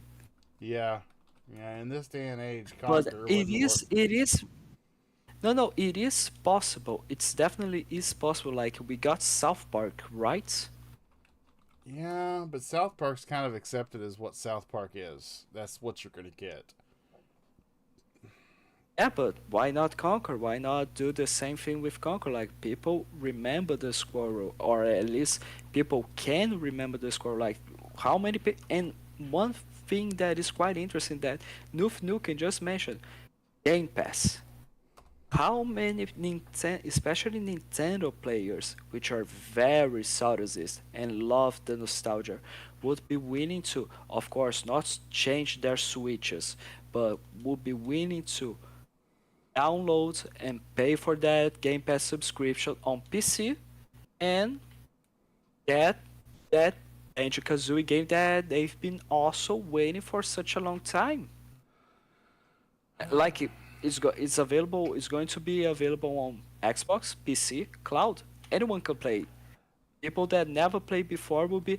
Let's see what the fuss is about. Let's see why people loved so much about this game. And actually, you can do that nowadays with the older games. Like there's so much. It's so creative. It's so well done. It's so simple, and that's the charm of it. So So yeah, I'm sorry, but you're fine. makes You're no fine. sense I for mean, we're here because of our passion for games. So in the middle of your passion spewing of a game, I'm not going to interrupt you. I mean, because that's what we're here for. This is what we love, and you love Banjo, and you in the love middle of Halo. in the middle of in the middle of my passion spewing, only three words made sense at all, right? Yep. No, they all made Just kidding. sense. I mean, but they were definitely in the they were said with the same very strong emotion, so they did kind of blend together a little bit. Fair So enough. not only did we get an Xbox showcase and a Bethesda Starfield Direct 2 months before the game comes out on September 6th, but Xbox and Bethesda have also joined Gamescom. They Xbox and Bethesda are going to be at Gamescom 23rd to the 27th of August, which if you go by the 27th date, that is only 9 days before their release. 2 days before if you got the Premier Edition, the Premium Edition, or you got, Premium edition. yeah, or you got the Premium Upgrade, which right now, because everybody's going to get Starfield with Game Pass, but you can upgrade to the Premium Edition for only $31, and it gets you 6 days early. So, I could see like maybe an early shadow drop for premium purchasers at this Gamescom. Because, I mean, what is a few more days? It's Wow. I mean, as if we haven't already had a Starfield and an Xbox overload from what it was undoubtedly the best show out of the 3 big shows. Now we get them at Gamescom for 4 days. Just before the release of probably one of their largest titles since their acquisition of Bethesda. Wow. I mean, it could be big. Go. What'd you say, Mac? It's in Germany, correct? Yes. Gamescom is in Germany. I think they're going to show a lot of Forza. I think they're going to show cars. Yeah, probably. I think that's going to. They're really big with vehicles over there, so. Yes. I think Starfield will get it. I think Starfield will get its munch though too. I hope so. I see more. Yeah, Bob was at Gamescom last year. I was over there for a company trip, and I was 100 miles from Champaign, and I went, and it was fun. I had a blast. Got drunk. Everybody drinks in Germany. It's their water. Goodness. But yeah, blast. Mayhem Games, sir. Are you surprised that? I mean, because we could just say that Xbox is going to be at Gamescom, but now they're saying Xbox. When you say Xbox and Bethesda, that the whole Starfield Direct and the Xbox Showcase has led that moniker that. When you say Xbox and Bethesda, you're going to get Xbox, but you're also going to get an exclusive title made by Bethesda. So are we going to see a sneak peek at an Elder Scrolls, a Fallout? Or are we going to get so much Starfield goodness that we can't wait the 9 days before to play it? I don't think that they're going to let anything step on the toes. I mean, anything big like that, I don't think has a chance. It's fun to speculate, but I don't think that they will. I mean, I think Mac might be onto something. You might see some Forza, maybe a little bit of showcasing there. They could just be there to showcase something that's being put onto a subscription service. I think that they put out most of what they have for the year and some change coming out. So for me, I think that you'll see a couple things here and there. I wouldn't expect anything major unless it was at their own event. They like to save those for those,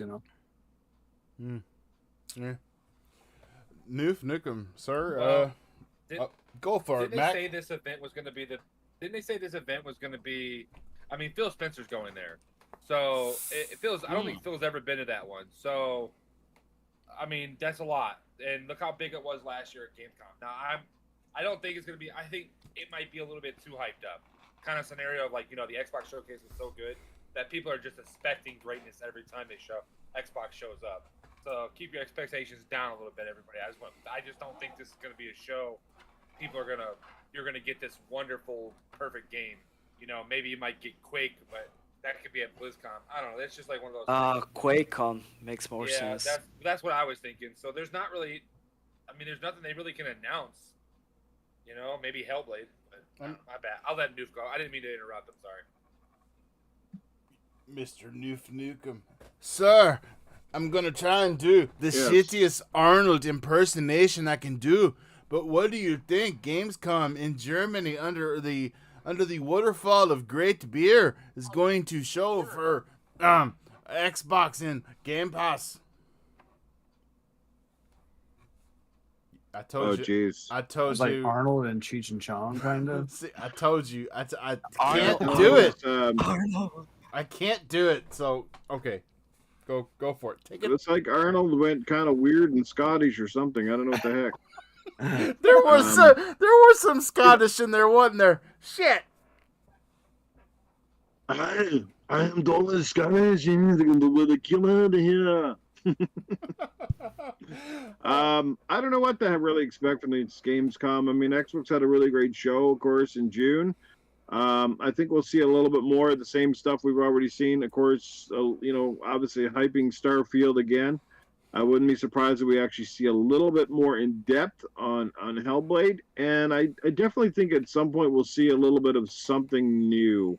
I think they'll show off something that perhaps we didn't see in the summer. So that could be, a little tease of Perfect Dark. It could be the Indiana Jones thing, or maybe something completely different that Bethesda's been working on, or something like that. Somebody from their team. So, um, you know, I hope it's a good show. That's all I can say, and I'll definitely be watching it. But Yeah. I don't really expect a whole lot new. Just a little bit more in depth, I guess. At the end of the day. You did bring up a good point there, Noof. Perhaps something that wasn't quite ready to show at the showcase will be ready for Gamescom. Yes, exactly. Maybe one of the things that we were like, oh man, we're definitely going to see this, and then we didn't see it, which that does fall in line with Perfect Dark and State of Decay 3. We didn't see that. Everwild. Everwild. I mean, it's limitless. Well, exactly, right? You didn't want to give away everything because then you'd have nothing to get excited about before Gamescom. So it's just, it's kind of par for the course. Maybe guys were like, yeah, well, we're working on this. We just don't have quite enough time to ready a good trailer. So give us a couple more months and we'll have something exciting to talk to you and show you at Gamescom. Right. Like, what type of events I miss actually, that at least was guaranteed that you would have a nice, or either a kind of big surprise or a smaller one. EXO. You remember when we had EXO 18 and EXO 19? And during EXO 19, we got the first announcement, the world preview of Everwild. Like, they didn't show during an E3 conference, they showed there for some reason. I mean, yeah. It's definitely wide open. I mean, Gamescom is not a. I mean, E3 is dead, okay? In case, for anybody who doesn't already know, they've already canceled E3 for 2024. They've already canceled E3 for 2025. It's already canceled for the next 2 years. So, it's pretty safe to say that E3, unfortunately, is dead as no more. Yeah, as a public in-person event. It is no more. So it really comes down to the console's primary event, which will from what it looks like will primarily be held still in June every year, or late May. And Gamescom and Summer Games Fest. Those are your 3 dates. Whether you're 5 dates if you game on all 3 platforms. So yeah, I mean, with the absence of E3, Gamescom does carry more weight. So we could start seeing things at Gamescom that we're not accustomed to seeing. Things larger than we're expecting. It definitely, it would not surprise me. It would not surprise me. And like I said, I went last year and I had never been to an E3. As a matter of fact, the Gamescom event that I went to in Champaign last year was the first gaming event like that I had ever been to, short of a midnight release at GameStop. And it was pumped. I mean, it was kind of fun watching Aaron Greenberg and everybody up on stage drinking wine between takes, and wine did not, and when the camera went live, really wondering how they were able to stay sober in front of the camera, because they were having a great time, as were we all. So yeah, Gamescom could start carrying a lot more weight, and with it being an international event and not something that's just has in the past been aimed to an area in Los Angeles. It carries much more world weight, and the Gamescom could bring us more than we're expecting. Next topic, last topic. Assassin's Creed 4 Black Flag is reportedly getting a remake. And with Ubisoft remaking Black Flag, which There are many lovers out there of Black Flag, me being one of them. If Black Flag gets a remake, it will undoubtedly put a nail in the coffin of Ubisoft's other pirate venture called Skull and Bones. Skull and Bones. Yes. That's what I was about to say. Like basically, they are just saying, you know what? Screw that other game. Let's do this one. That must maybe it is much easier. Well, you have to look at it from Ubisoft's point of view, okay? So Ubisoft is... So they go out there with Skull and Bones, and they announce it. And you think that Sea of Thieves is kind of ending, coming to the end of its life cycle. And then they do this, and then they do this. And it's like, when is this ever going to end? It's kind of like the State of Decay 2 thing with Undead Labs. They just keep adding content. Adding different story. I mean, you got the Pirates of the Caribbean, Jack Sparrow expansion, and then, shoot, I'm having a complete brain fart. What was the last one that they just announced at the showcase? Monkey Island. Yes, you got the Monkey Island one, and I think Ubisoft is seeing that Skull and Bones it's not going to see any light in the tunnel if the king of the pirating castle, being a Sea of Thieves, isn't laying down and moving on to the next iteration. They keep dumping content on top of what they've already established. It's going to be hard for Skull and Bones to be. They should take the tech that they have invested in Skull and Bones and add that tech to a remake. Now, it is said to be a remake, not a remastered. So we could get the best parts of Black Flag and the best parts of Skull and Bones, being the on-the-water combat, in one game. Maybe. Is there a maybe? I don't know. I might be way too crazy right now with this idea that I had. Maybe they are going to be making the remake of Black Flag. They will take away every single Assassin's Creed related feature, and they are just going to stamp that Skull and Bones title. That's it. Nah, Does it make sense? Is there any chance of that happening? I don't know. Because MacBound, what do you think?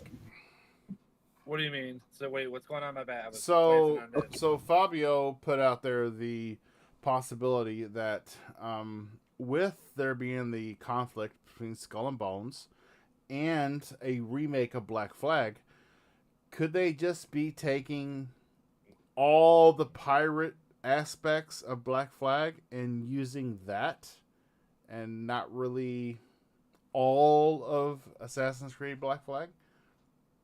What do you mean? Oh, you mean like they're gonna add all of like Assassin's Creed into Skull and Bones? Is what you're saying? No. What I'm saying is, wording what I'm saying is, they're going to get Assassin's Creed Black Flag, which is a game that they've worked before and they know how Yeah. to work with. They're going to take away every single Assassin's Creed moment from that game.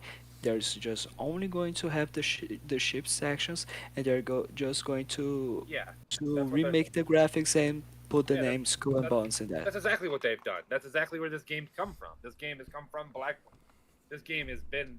There's no other way of thinking it, because if you look at any of the newer ones, like Origins, but- and I get what you're saying. You mean they're literally like getting rid of everything and then just keeping the ships, and it's the same shit. Yeah, is what yeah. you're Like saying. what I'm saying identical. is It's instead of doing something from the ground up as we all thought they were doing with Skull and Bones because it was a brand new IP, they are actually just going to fuck it. We're going to use literally the same assets as that we have with Assassin's Creed 4 Black Flag, and that's it. I think that's what they're doing. I think that's what they're doing. I don't think they're gonna. I think they're just bullshit everybody. I think that's just the Ubisoft way. Just like with Far Cry, they do the same shit, rinse and repeat.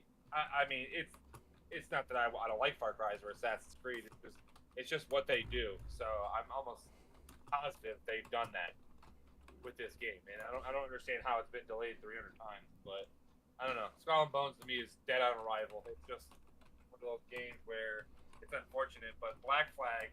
I think me and Bobby were in the party the other day talking about it, and I'm not fond upon Black Flag as much as the other Assassin's Creed. I liked Unity more than I like Black Flag, but at the time the hardware couldn't really hold the frame rate on Unity with all the large crowds and everything. Unity now on the Series console is a dream compared to what it was back then. Yeah. Mayhem Games, sir. Could Assassin's Creed 4 Black Flag remake kill Skull and Bones? I think anything could kill Skull and Bones. I think it's dead. I think it's dead before it even launches. Yep. I think Ubisoft should have. They got some good things coming out, man. They got Star Wars. I think I like that. Like Avatar game looks pretty cool. It looks better than I thought it would look. They got some good things on the horizon. A new Assassin's Creed, like a proper one. So like they. I don't know if they were just too far into that game and they decided that, all right, well, we're in this, guys. I guess we got to build it and put it out in the wild and hopefully a few 100,000 people buy it. You know what I'm saying? I feel like that's the logic behind it. Or they can use it to bolster their, Ubisoft Plus or, something, but, I see no interest in this game. I see no hype about it. Nobody's excited. Nobody's talking about it. I do not see this game doing well. And the multiple delays just show the lack of direction. My guess is they're concerned and they don't really know what to do with it. And I think at some point they just say ship it. You know what I mean? So, I think that time and that investment would have been better spent somewhere else. But, I'm kind of with Mac. I'm not huge on Black Flag like everybody else is, but I'd take a good look in Assassin's Creed game. Why not? I do honestly believe that the reason why so many people are so big on Black Flag is that we didn't have Sea of Thieves. Back then, that is as close as you got to what we have now in Sea of Thieves and could possibly have in Skull and Bones. We just didn't have anything like that back then. And it wasn't. I mean, you may have come across a pirate ship game, but it wasn't as immersive as, jump over and take over this ship. Yeah, it wasn't good. Thank you, Fabio. It just wasn't good. But now, the ones who haven't played Sea of Thieves are the ones that are still holding on to Black Flag. And please, if you're listening, I'm sorry. If you're listening, if you're listening, Bob here is still waiting on private servers because I'm sick and tired of fucking griefers waiting around the island that I have to return to turn in my quests and sink my ship. Yeah, but that's the only reason that people are still playing that game. That game is a game for trolls. Sea of Thieves is a game for trolls. It's designed, the whole design. If you couldn't grief people, that game would have died a long time. I just want to hop in. It's literally designed for trolls. I just want to hop in a ship with my friends, go across the ocean, do some cool quests, get some cool loot, and just worry about the experience with me and my friends, and not some asshole that's out there with all this souped up shit and wants to sink me and take all my crap. It's just like this. But see, that's what everybody like. Most people that play Sea of Thieves like it. I'll give you a good comparison about like World of Warcraft, right? So like I was playing, and you have an option to turn on like world PvP or not, right? You can have it on or off. I typically have it on because you get more XP for it, anyways. So I randomly got like wrecked by the opposing side. This guy just like swooped down and killed me or whatever. So went back to the main town and told everybody what happened. I guess like in the team chat or the I don't know how to explain it to you guys if you don't play. I got 43 people. They're rallied in, grouped up, and we went into their like neighboring city and like slaughtered the whole people. These are real people. So it's like that. It's like with Sea of Thieves. It's like you round up a squad. You're telling me that you killed a person in real life? I mean, that little character on stream was in a corner crying, and they died mercilessly. Is all I'm saying. Oh, you're so evil. You're so evil. Oh gosh. Noof, did you play Black Flag? I played a little bit of it. Sorry, I played a little bit of it, and I never really cared for Black Flag. To me, that was sort of the almost like the downfall of the Assassin's Creed franchise for me. You know, we got into the pirate ships, and I just didn't like the setting. So, yeah, I have like next to zero excitement for Black Flag remaster, remake, whatever the fuck they want to do with it. You know, I want ninjas. I want fucking assassin ninjas. You know, that's the shit I want for Assassin's Creed. None of this, you know, fucking muskets and shit. No. I'm actually pretty excited for the new Assassin's Creed, the one that comes out in the fall here. What's that one called again? Mirage.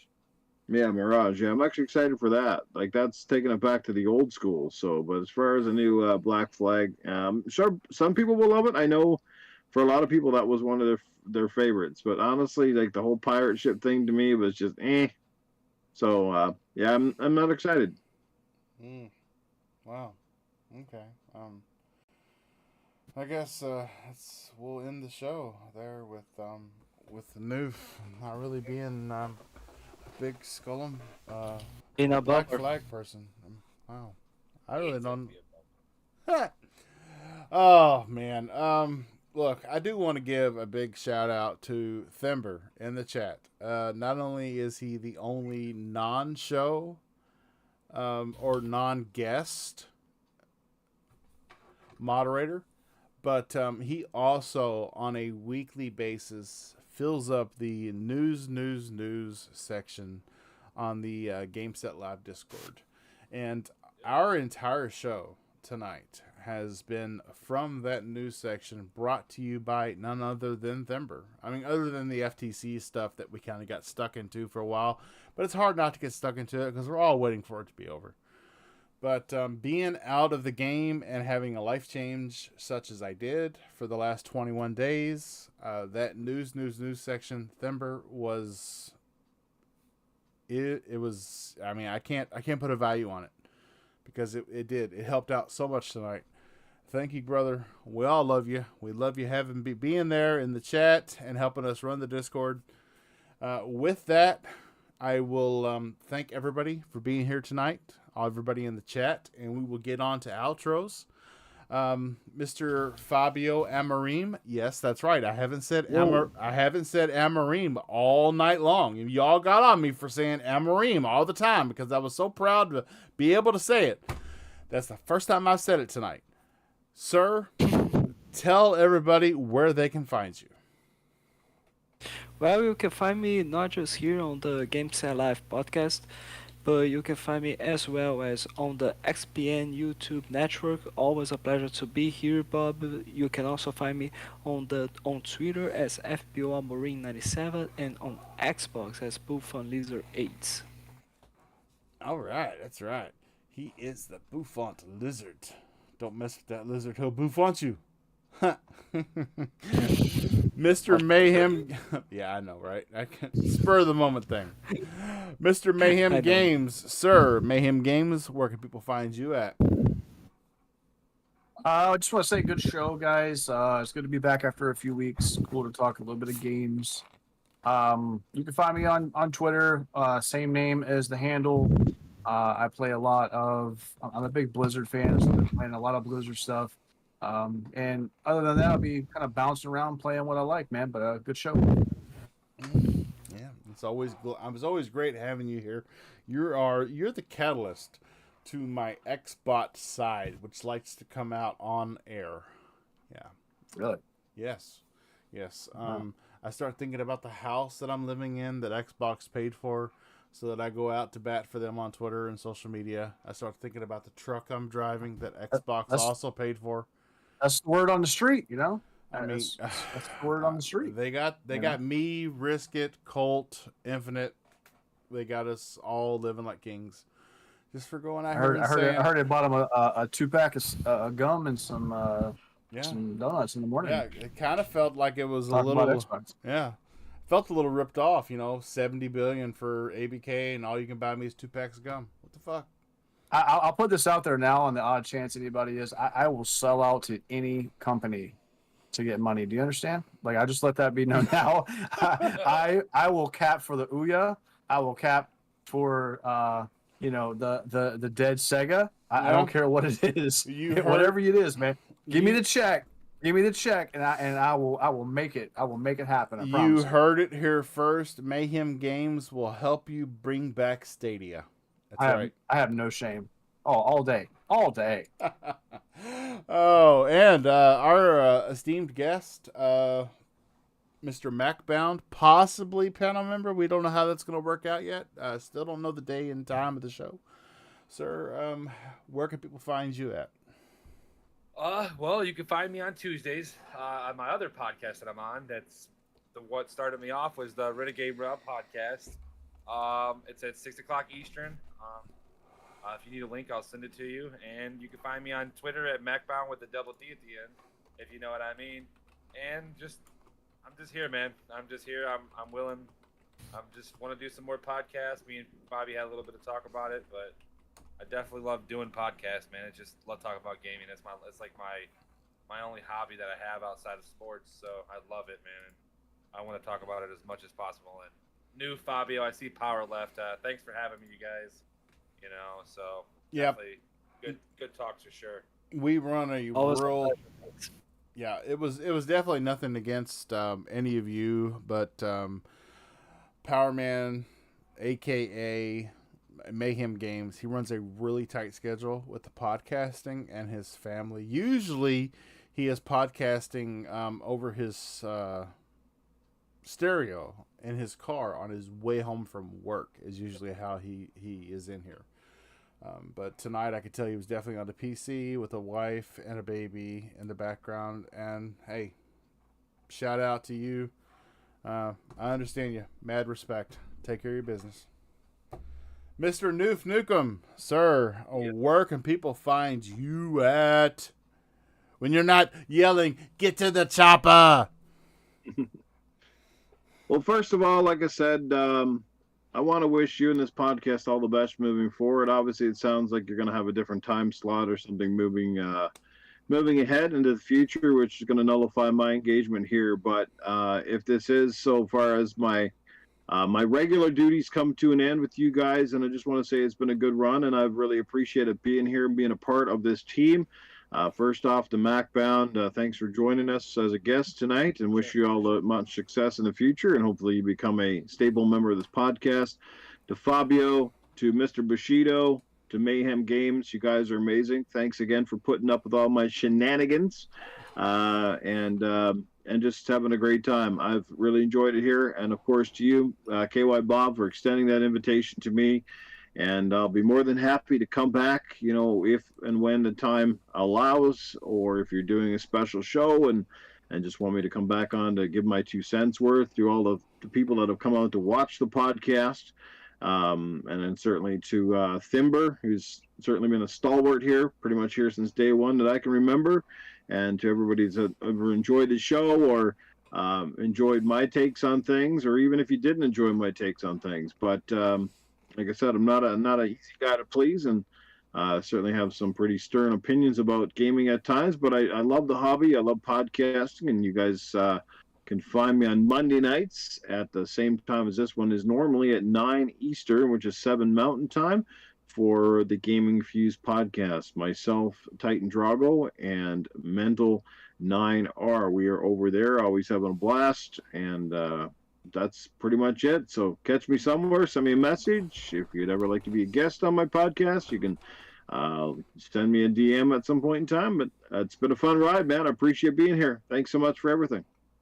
Yeah, it's been a blast, and it pains me to have to change my time slot, but it just worked out so well for the family and the money and the travel. And you got to do what's right for you at the end of the day, man. It's got nothing to do with the rest of us. That's how life works. It's not the first time that I've been involved with something that's had to change. It's just this is how life goes. Yeah, I hope that in the future we can make it work, and that it'll be more suitable for you to come back.